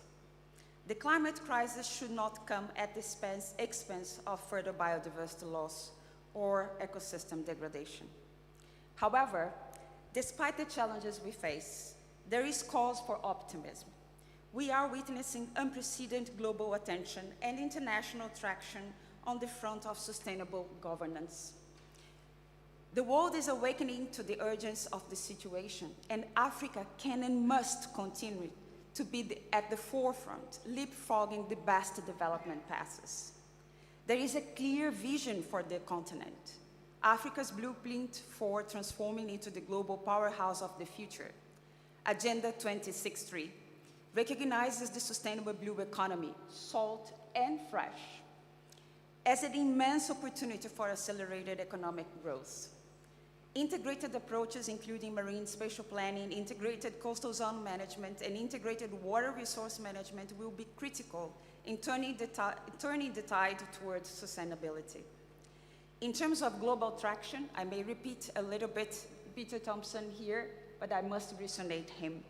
We have the Global Biodiversity Framework with agreements to protect 30% of our land and seas and restored 30% of the ocean and inland waters by 2030, with adequate financing and the voice of indigenous peoples and local communities as its foundation. Earlier this year, the International Maritime Organization adopted the strategy on reduction of greenhouse gas emissions from ships, a monumental step towards marine decarbonization as it aims to reduce CO2 emissions across international shipping by 40% by 2030. We have a legally binding international treaty against plastic pollution on the cards, with the third INC happening in Nairobi, as Ambassador Peter mentioned, as we speak. In June this year, the UN adopted a historic agreement aiming to the conservation and sustainable use of marine biodiversity in areas beyond national jurisdiction, which cover over 2/3 of the ocean. This provides an essential framework for cross-sectoral cooperation between and among states and other stakeholders. We need now 60 countries to ratify international legislation to bring this into force. Can this continent be the Southern Cross by UN Ocean Conference 2025, championing the signatories? With these vital blueprints coming into place, we know what needs to be done. One, springboarding off this summit's outcome, we need a common and stronger united African voice at COP28, UNEA 6, the INC process, the UN Ocean Conference, among other global forums, capturing a defined pathway for a sustainable blue economy transition on the continent, whilst recognizing Africa's varied regional and national contexts. Ecosystem-based approaches are key. UNEP is supporting coastal counties in Kenya through the EU-funded Go Blue project. I thank you, EU, but I must push the donor community that we need more finance to be able to replicate these approaches in all sub-regions in this continent. But in LAMO, we have already seen the power of enhanced fisheries co-management and strengthened value chains for shared prosperity, inclusive economic growth, and job creation. Two, we need to strengthen evidence-based decision-making and policy formulation through better access to data and scientific assessments on the impact of climate change and other drivers of ocean ecosystem and resource degradation. Technical capacity development will be crucial to support African countries in incorporating blue carbon mitigation opportunities and information needs across NDC's national action plans, in which UNEP stands ready to support. I plead for the ones in a position to share technologies to do so. Lastly, we need all hands on deck. Environment, tourism, finance, industry, civil society, all are vital to promote the sustainable development of Africa's blue ecosystems. There is much work to be done, but the potential is huge, and Africa is blessed with a young, enabled generation of change makers. Together we can drive an enduring and Pan-African vision focusing on realizing an integrated, prosperous, and peaceful blue Africa, driven by its own citizens, and representing a dynamic and global force for good. I'm so excited to be part of this community, and I thank you very much for listening in to me. Bravo, merci beaucoup, Laetitia. La directrice générale des affaires maritimes et de la pêche, DG Marais, from the EU, and as Pascal Lamy was reminding us, we're starting tomorrow morning the session with Europe Africa, with the foundation and the two co-chairs of the foundation. So it's really a gift for us to have you at this opening. And Laetitia, you have taken us right into the spirit of what we're going to do tomorrow. Par le menu, l'engagement, par le menu, l'engagement avec l'Afrique ou l'engagement de l'Afrique sur ce menu-là. And high on top of the menu, you have BBNJ, the High Seas Treaty, and plastic. And we know how much the EU et la Commission européenne is engaged with the world and with Africa specifically on these two topics. Charlène, la parole est à vous. Thank you very much, Excellencies, distinguished guests. Probably I have to press here. Thank you very much for the floor, and first I would like to express my real gratitude and feeling of honor to be invited to this first edition of Blue Africa Forum. Excellencies, distinguished guests, it's a real pleasure to be here with you today. And I'm grateful also for the warm hospitality that you feel immediately by entering Tanger and this venue. And I have to say that the warmth from Morocco and its people is really heartening and humbling, especially at the time when you're still struggling with the consequences from a very devastating earthquake. So you're an example of resilience that we have to really appreciate.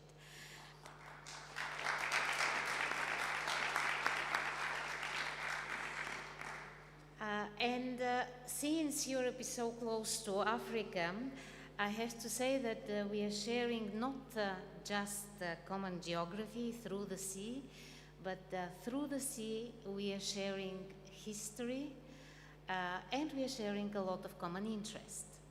And this is the very strong fundament of our very close partnership between the two continents, Europe and Africa.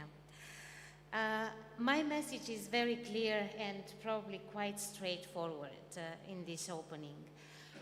Europe and Africa relationship and partnership in ocean-related matters is well established, but at the same time there is so much more and ample room to continue and enhance this very important cooperation between the two continents.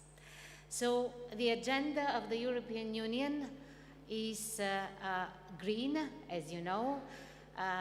5 years ago we have adopted the green agenda, but the ocean as part of it is very high on our political agenda.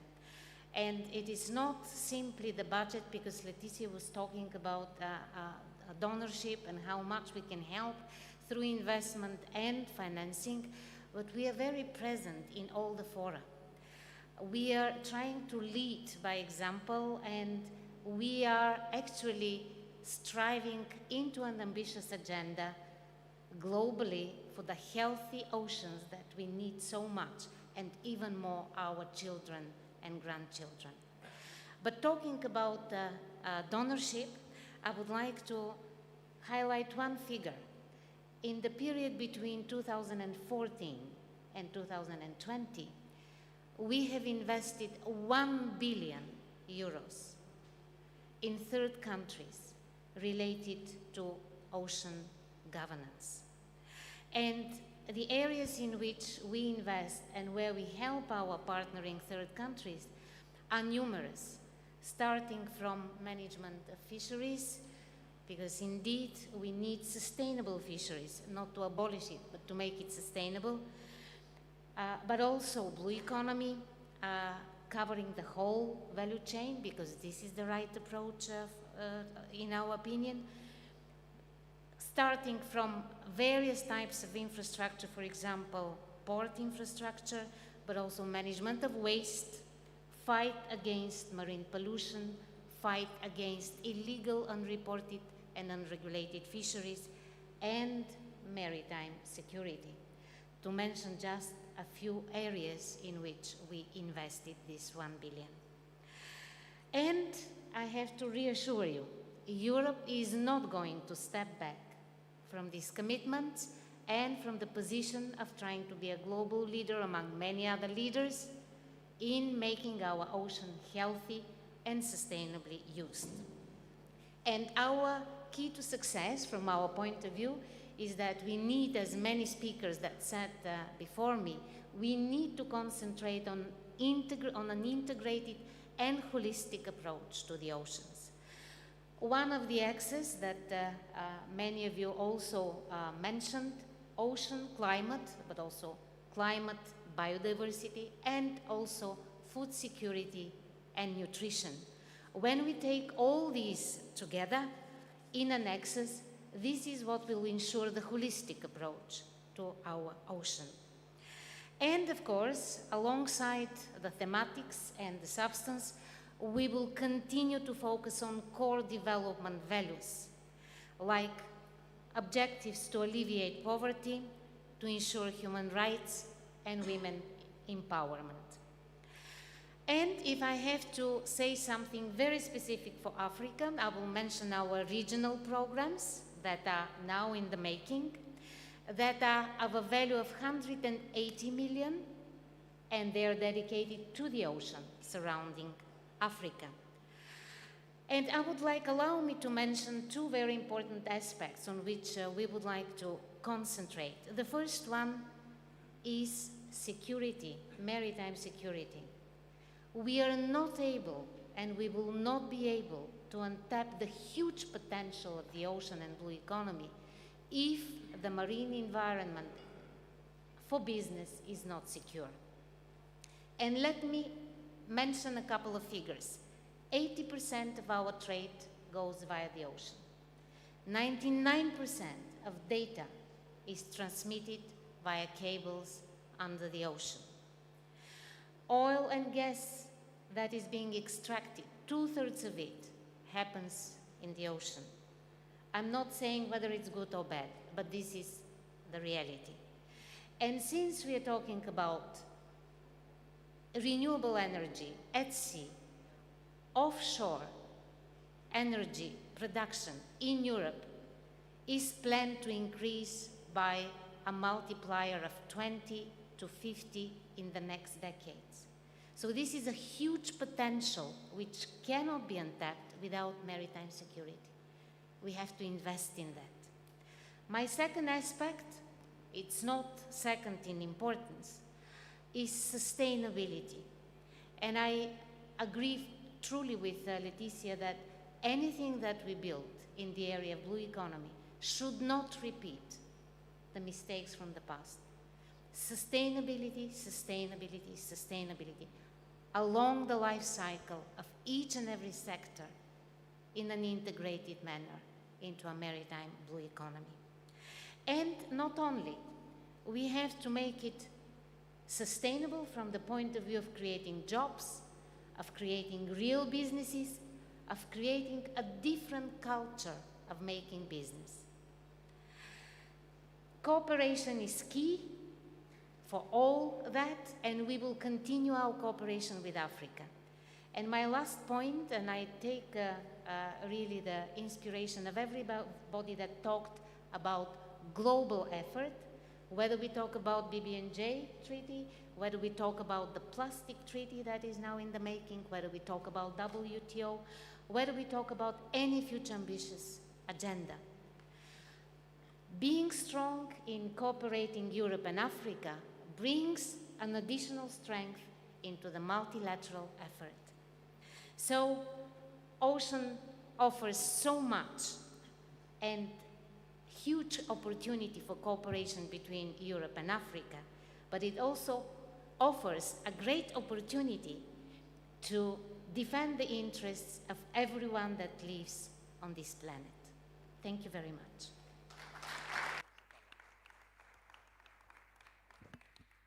Thank you very much, Madame la Directrice Générale. So we are concluding this session with a man who's come from Geneva, but actually he's coming from Mexico, Alfredo Giron, who's the head of ocean at WEF, the WEF, and also head of Friends of Ocean Action, which is chaired or co-chaired by Peter Thompson.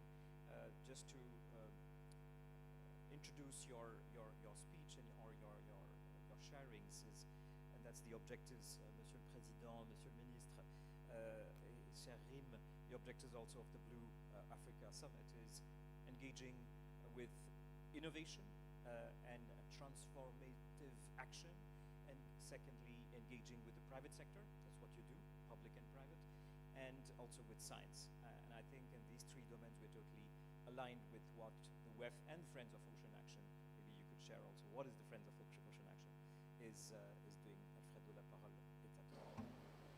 Thank you so much, Ashok, and dear Excellencies, colleagues and friends. It is really an honor to be here with you today in this first edition of the Blue Africa Summit. When I first heard about this summit, I immediately thought, okay, what are the opportunities of what the World Economic Forum could bring and present so that we start forging some of those partnerships that already exist, but that could be strengthened even further. So I will first of all like to thank the organizers. I agree with you that immediately as I landed in Tangier, I have felt the hospitality, and I really want to thank you for that. Thank you so much. It is my first time in Morocco, let me put it like that. And I am already thinking of the second and the third times. So that is where I stand right now. I am looking forward to the conversations over the next 2 days. I have seen the program in detail, and I am very excited about what awaits for us in some of those discussions, so that eventually we all, everyone in this room, can really think about how to support the development of a sustainable blue economy in Africa that contributes not only to ocean targets, but to all sustainable development targets.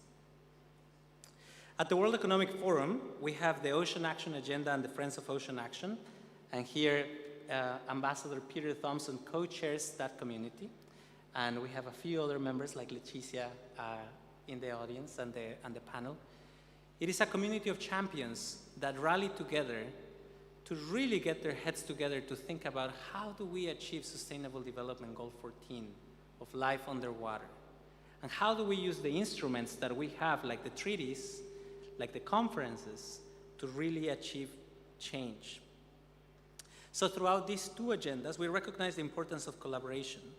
And as such, we try to bring together partners from business, as Ashok was mentioning, governments, intergovernmental organizations, development agencies, and civil society to tackle some of the most pressing challenges that the ocean faces.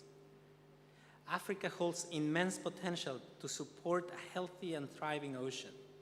And according to the African Union, the blue economy, and to the video that we saw, currently generates approximately $300 billion for the continent, creating 49 million jobs in the process. Some of the most prominent opportunities that exist in the continent are related to how the ocean is contributing to food security, decent livelihoods, and leveraging and motivating innovation. And that's exactly why in Africa, the work of the World Economic Forum focuses on elevating the role of blue foods to achieve these outcomes. And really, really focusing on what is the role of unlocking public-private partnerships, and how do we challenge the private sector to become stewards to make change. So it is not just enough to have the private sector at the conversation. It's how do we challenge them to be stewards for it. So as rapid population and income growth in Africa are fueling rising demands for fish, we have identified that there's a really urgent need to invest in sustainable aquaculture in the African continent.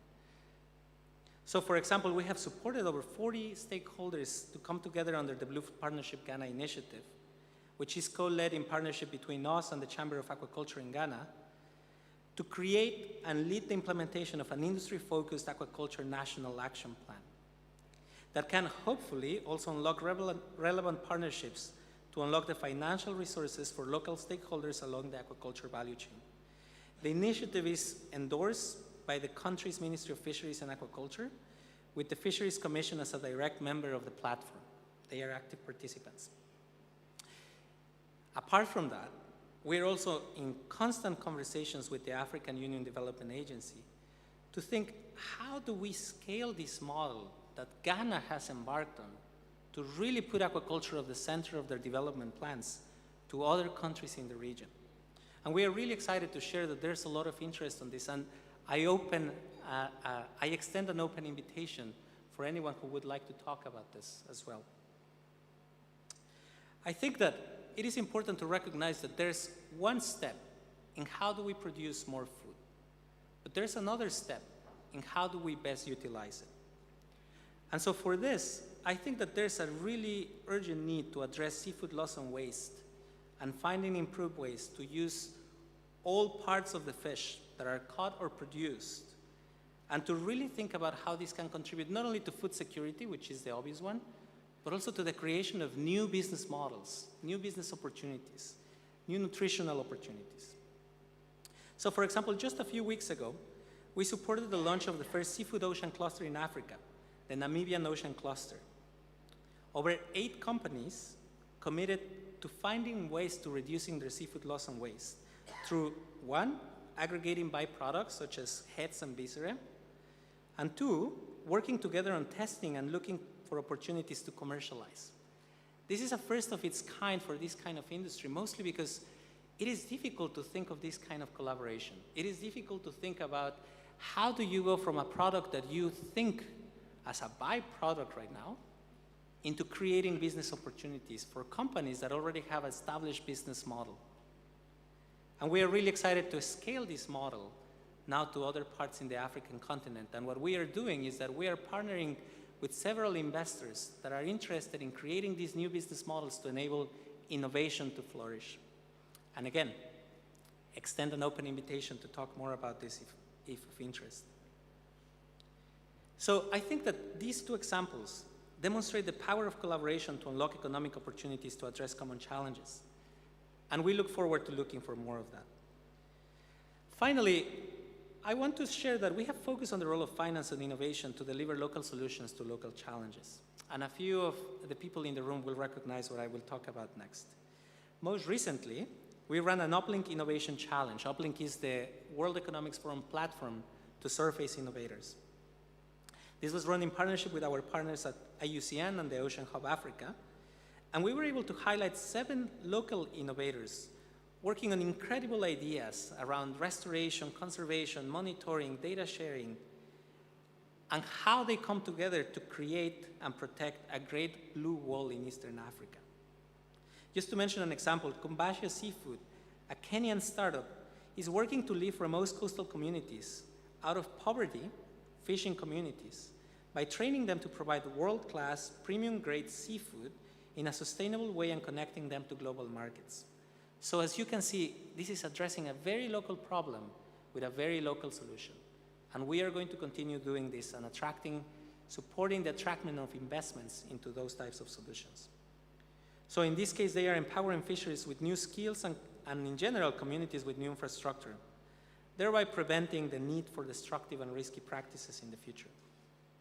So let me just finalize by saying that we look forward to continuing to work with you all to develop these type of partnerships that are needed to accelerate a sustainable blue economy in Africa. But more than everything, we look forward to working with you all to really challenge those other stakeholders like the private sector on how and what is their role to help us achieve this together. Thank you very much.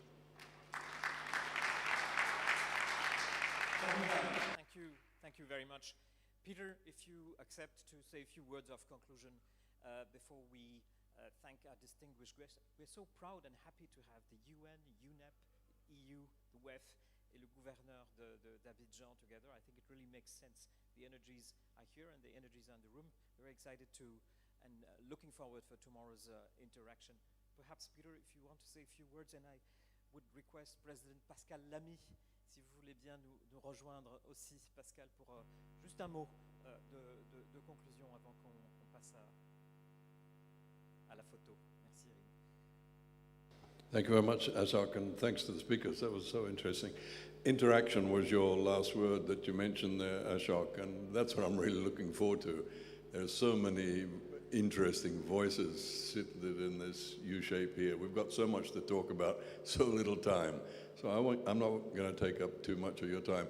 Just as I was listening to the conversations there, though, and I was thinking about, how is this relevant to Africa? What can come out of this summit that Africa can really take home?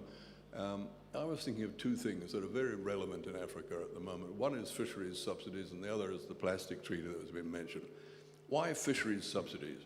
I can tell you that it was African fishermen who really got us going on addressing this problem of $20 to $30 billion per annum of public monies being spent on industrial fishing fleets to go out and deplete the ocean of its fish.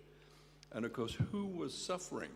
The people who were suffering were the traditional fishermen who no longer had fish in their nets because these industrial fleets were basically depleting the ocean. And I learned that lesson in Senegal on the beaches there, and I heard it from the representatives of the Small Fishermen's Association from Ghana and other countries in the Gulf of Guinea. And that's really what got us going in Geneva to say, look, enough of this madness. And so, in a sense, there's an African legacy here that I would really like to infuse into this conference. Why? Because we need the African voice in Geneva at this time. Basically, what's been done at WTO is a two-phase exercise. The first phase has been agreement by everybody that we will ban fisheries subsidies that go towards illegal fisheries. We agreed to that over a year ago. I mean, it sounds ridiculous that we give subsidies to almost, subsidize criminal behavior to go and steal fish from each other and steal from nature. But anyway, that has been agreed to, but it has to be ratified. And there are not enough ratifications yet. I think we have to get up over 100, is it, Pascal, to bring into agreement, into force. So that is one thing, that Africa can go to Geneva and make that happen through their ratifications. And I'm happy to say that a lot of African countries have already ratified. The second part of that phase, though, is that we are under negotiation now, the WTO members, to agree to ban subsidies which lead to overcapacity. So that's where I said, we're giving these subsidies to industrial fleets to go out and basically overfish the ocean. We know that we're overfishing by 34%. So we have overcapacity. So that's what's being negotiated at the moment. There is slow but steady progress, is the way it's been described to me amongst the members. But there's still hope that by February, when the WTO Ministerial Council meeting is held, that we can get that agreement. And that would be a major, major step forward for the ocean. And again, African voices in Geneva, when Africa speaks as one, that's 54 countries, we can get this done by February. So that would be one great take home. The other one I want to refer to briefly, because it's happening in Nairobi on the continent now, is INC3, the Intergovernmental Negotiating Committee. The third meeting thereof, INC3, is happening in Nairobi right now. And this is to create this plastic pollution treaty. Three things about this, and I'm not speaking from the UN here, I'm speaking as Peter Thompson. Three things. Firstly, this is supposed to be about marine pollution. It's not just about accommodating the plastic industry and trying to get it to do the right thing. It's about marine pollution. From the depths of the Mariana Trench to the Antarctica to everywhere on our beaches, there is plastic pollution. You might say the beach out here is clean, but that's only because of tidal flows. You go to the most isolated island in the world, near Pitcairn Island, and it's heavily polluted, even though there's no humanity around. Why? The plastic's being carried on currents. And what's happening to the plastic is breaking down into microplastics, and it's coming back to us in the organisms we eat from the ocean. So this is a big problem, the marine pollution by plastic. So here the treaty has to address the best thing we can do in that regard, which is source to sea ethos, stopping what is happening by what is flowing off the land in form of plastics and microplastics, down rivers, urban detritus, stopping that. And so that is adequately funding of regional authorities and local authorities, cities and so on. We must make sure that that's part of this treaty. Two other things I'm passionate about for this treaty. One is I referred to the fact that we're eating plastic, right? But it's not just what's coming from the ocean, it's the fact that all our food is wrapped in plastic and all the rest. Every doctor that I know that has done any research on this says that plastic is bad for the human health. It's crossed our blood-brain barrier, it's crossed our placental barrier in women, and the emerging consensus. Think back to the tobacco days when there was an emerging consensus, but not yet a decision that tobacco was bad for human health.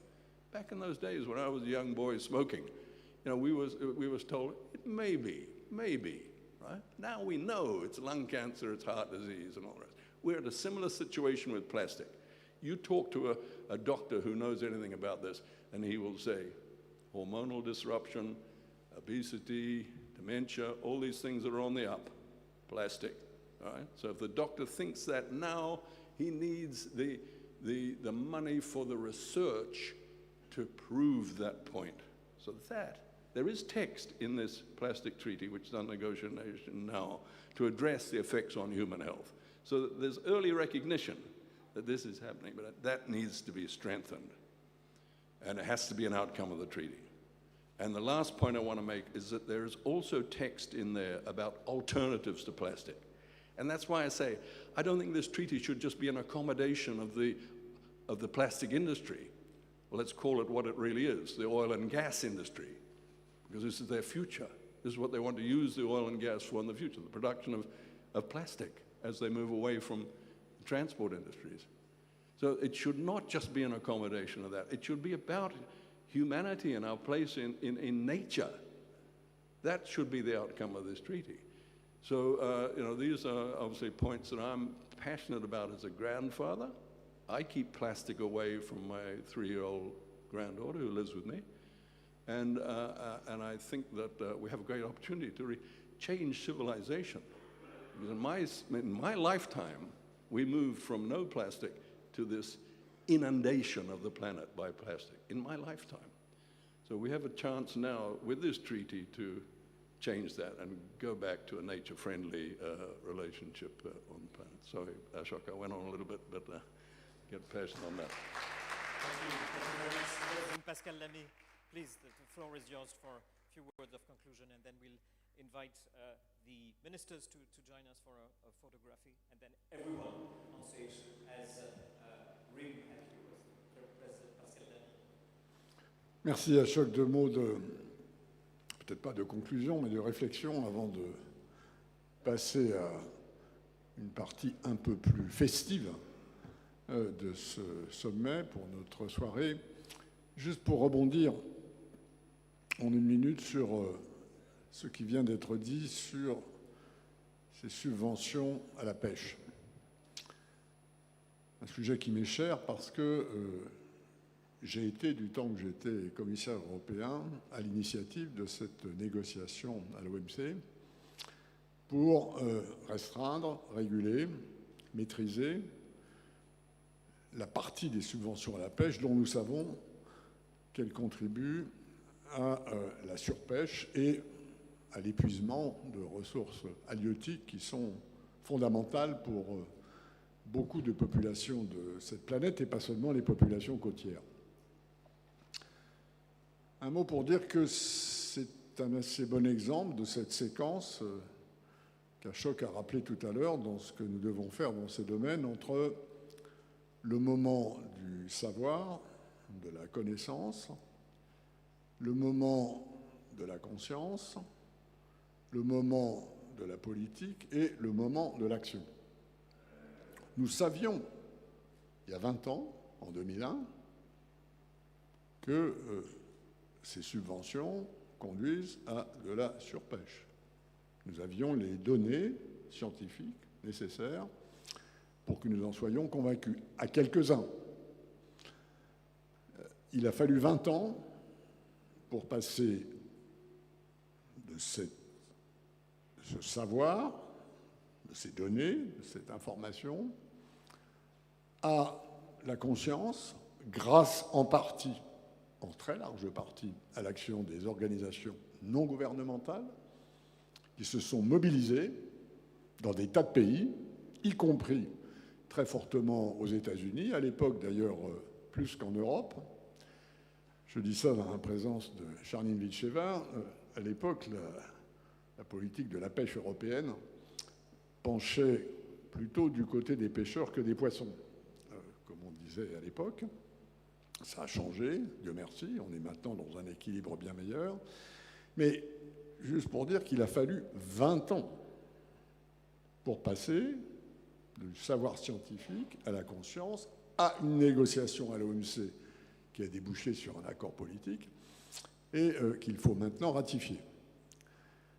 Et c'est un peu la même chose d'ailleurs sur le traité sur la haute mer à New York, dont nous parlerons demain. Nous avons, en gros, dans cette salle, en tout cas entre l'Europe et l'Afrique, nous avons la clé de la ratification. Si l'ensemble des pays européens et l'ensemble des pays africains ratifient le traité sur la haute mer, il est ratifié. Donc il y a un moment d'action et nous sommes maintenant dans ce moment d'action. Et d'ailleurs, là aussi, beaucoup d'organisations non gouvernementales, environnementales, poussent l'Europe et l'Afrique à faire ceci ensemble. Donc 20 ans, c'est le temps qu'il nous a fallu pour franchir cette séquence sur les subventions à la pêche. Alors je termine en disant que nous ne pouvons pas attendre 20 ans avant de faire ce qu'il y a à faire pour arrêter, renverser la dégradation de nos milieux océaniques. 20 ans, c'est ce qui nous reste. C'est ce qui nous reste de temps pour éviter de franchir des limites de dégradation qui seront irréversibles. Sur un sujet modeste par rapport à l'ensemble de l'équation, qui est celui des subventions à la pêche, il nous a fallu 20 ans. Pour l'ensemble de la question que nous avons à traiter, c'est-à-dire renverser cette dégradation et propulser nos océanités vers une économie bleue soutenable, il nous reste 20 ans.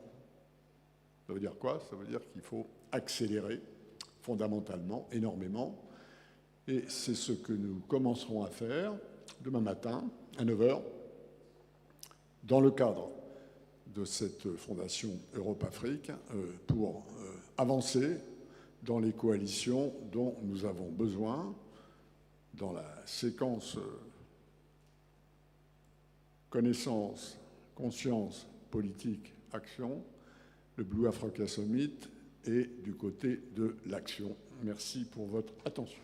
Bravo. Merci, Président Pascal. Je vous invite à venir nous rejoindre. Monsieur le secrétaire perpétuel de l'Académie royale qui nous accueille, messieurs les ministres qui ont parlé tout à l'heure. Au ciel d'été, confond ces blancs moutons avec les anges si purs, la mer, bergère d'azur infinie. Vous les applaudir. Voyez, près des étangs, ces grands roseaux mouillés. Voyez, ces oiseaux blancs et ces maisons rouillées. La mer les a bercés le long des golfes clairs et d'une chanson d'amour, la mer a bercé mon cœur pour la vie.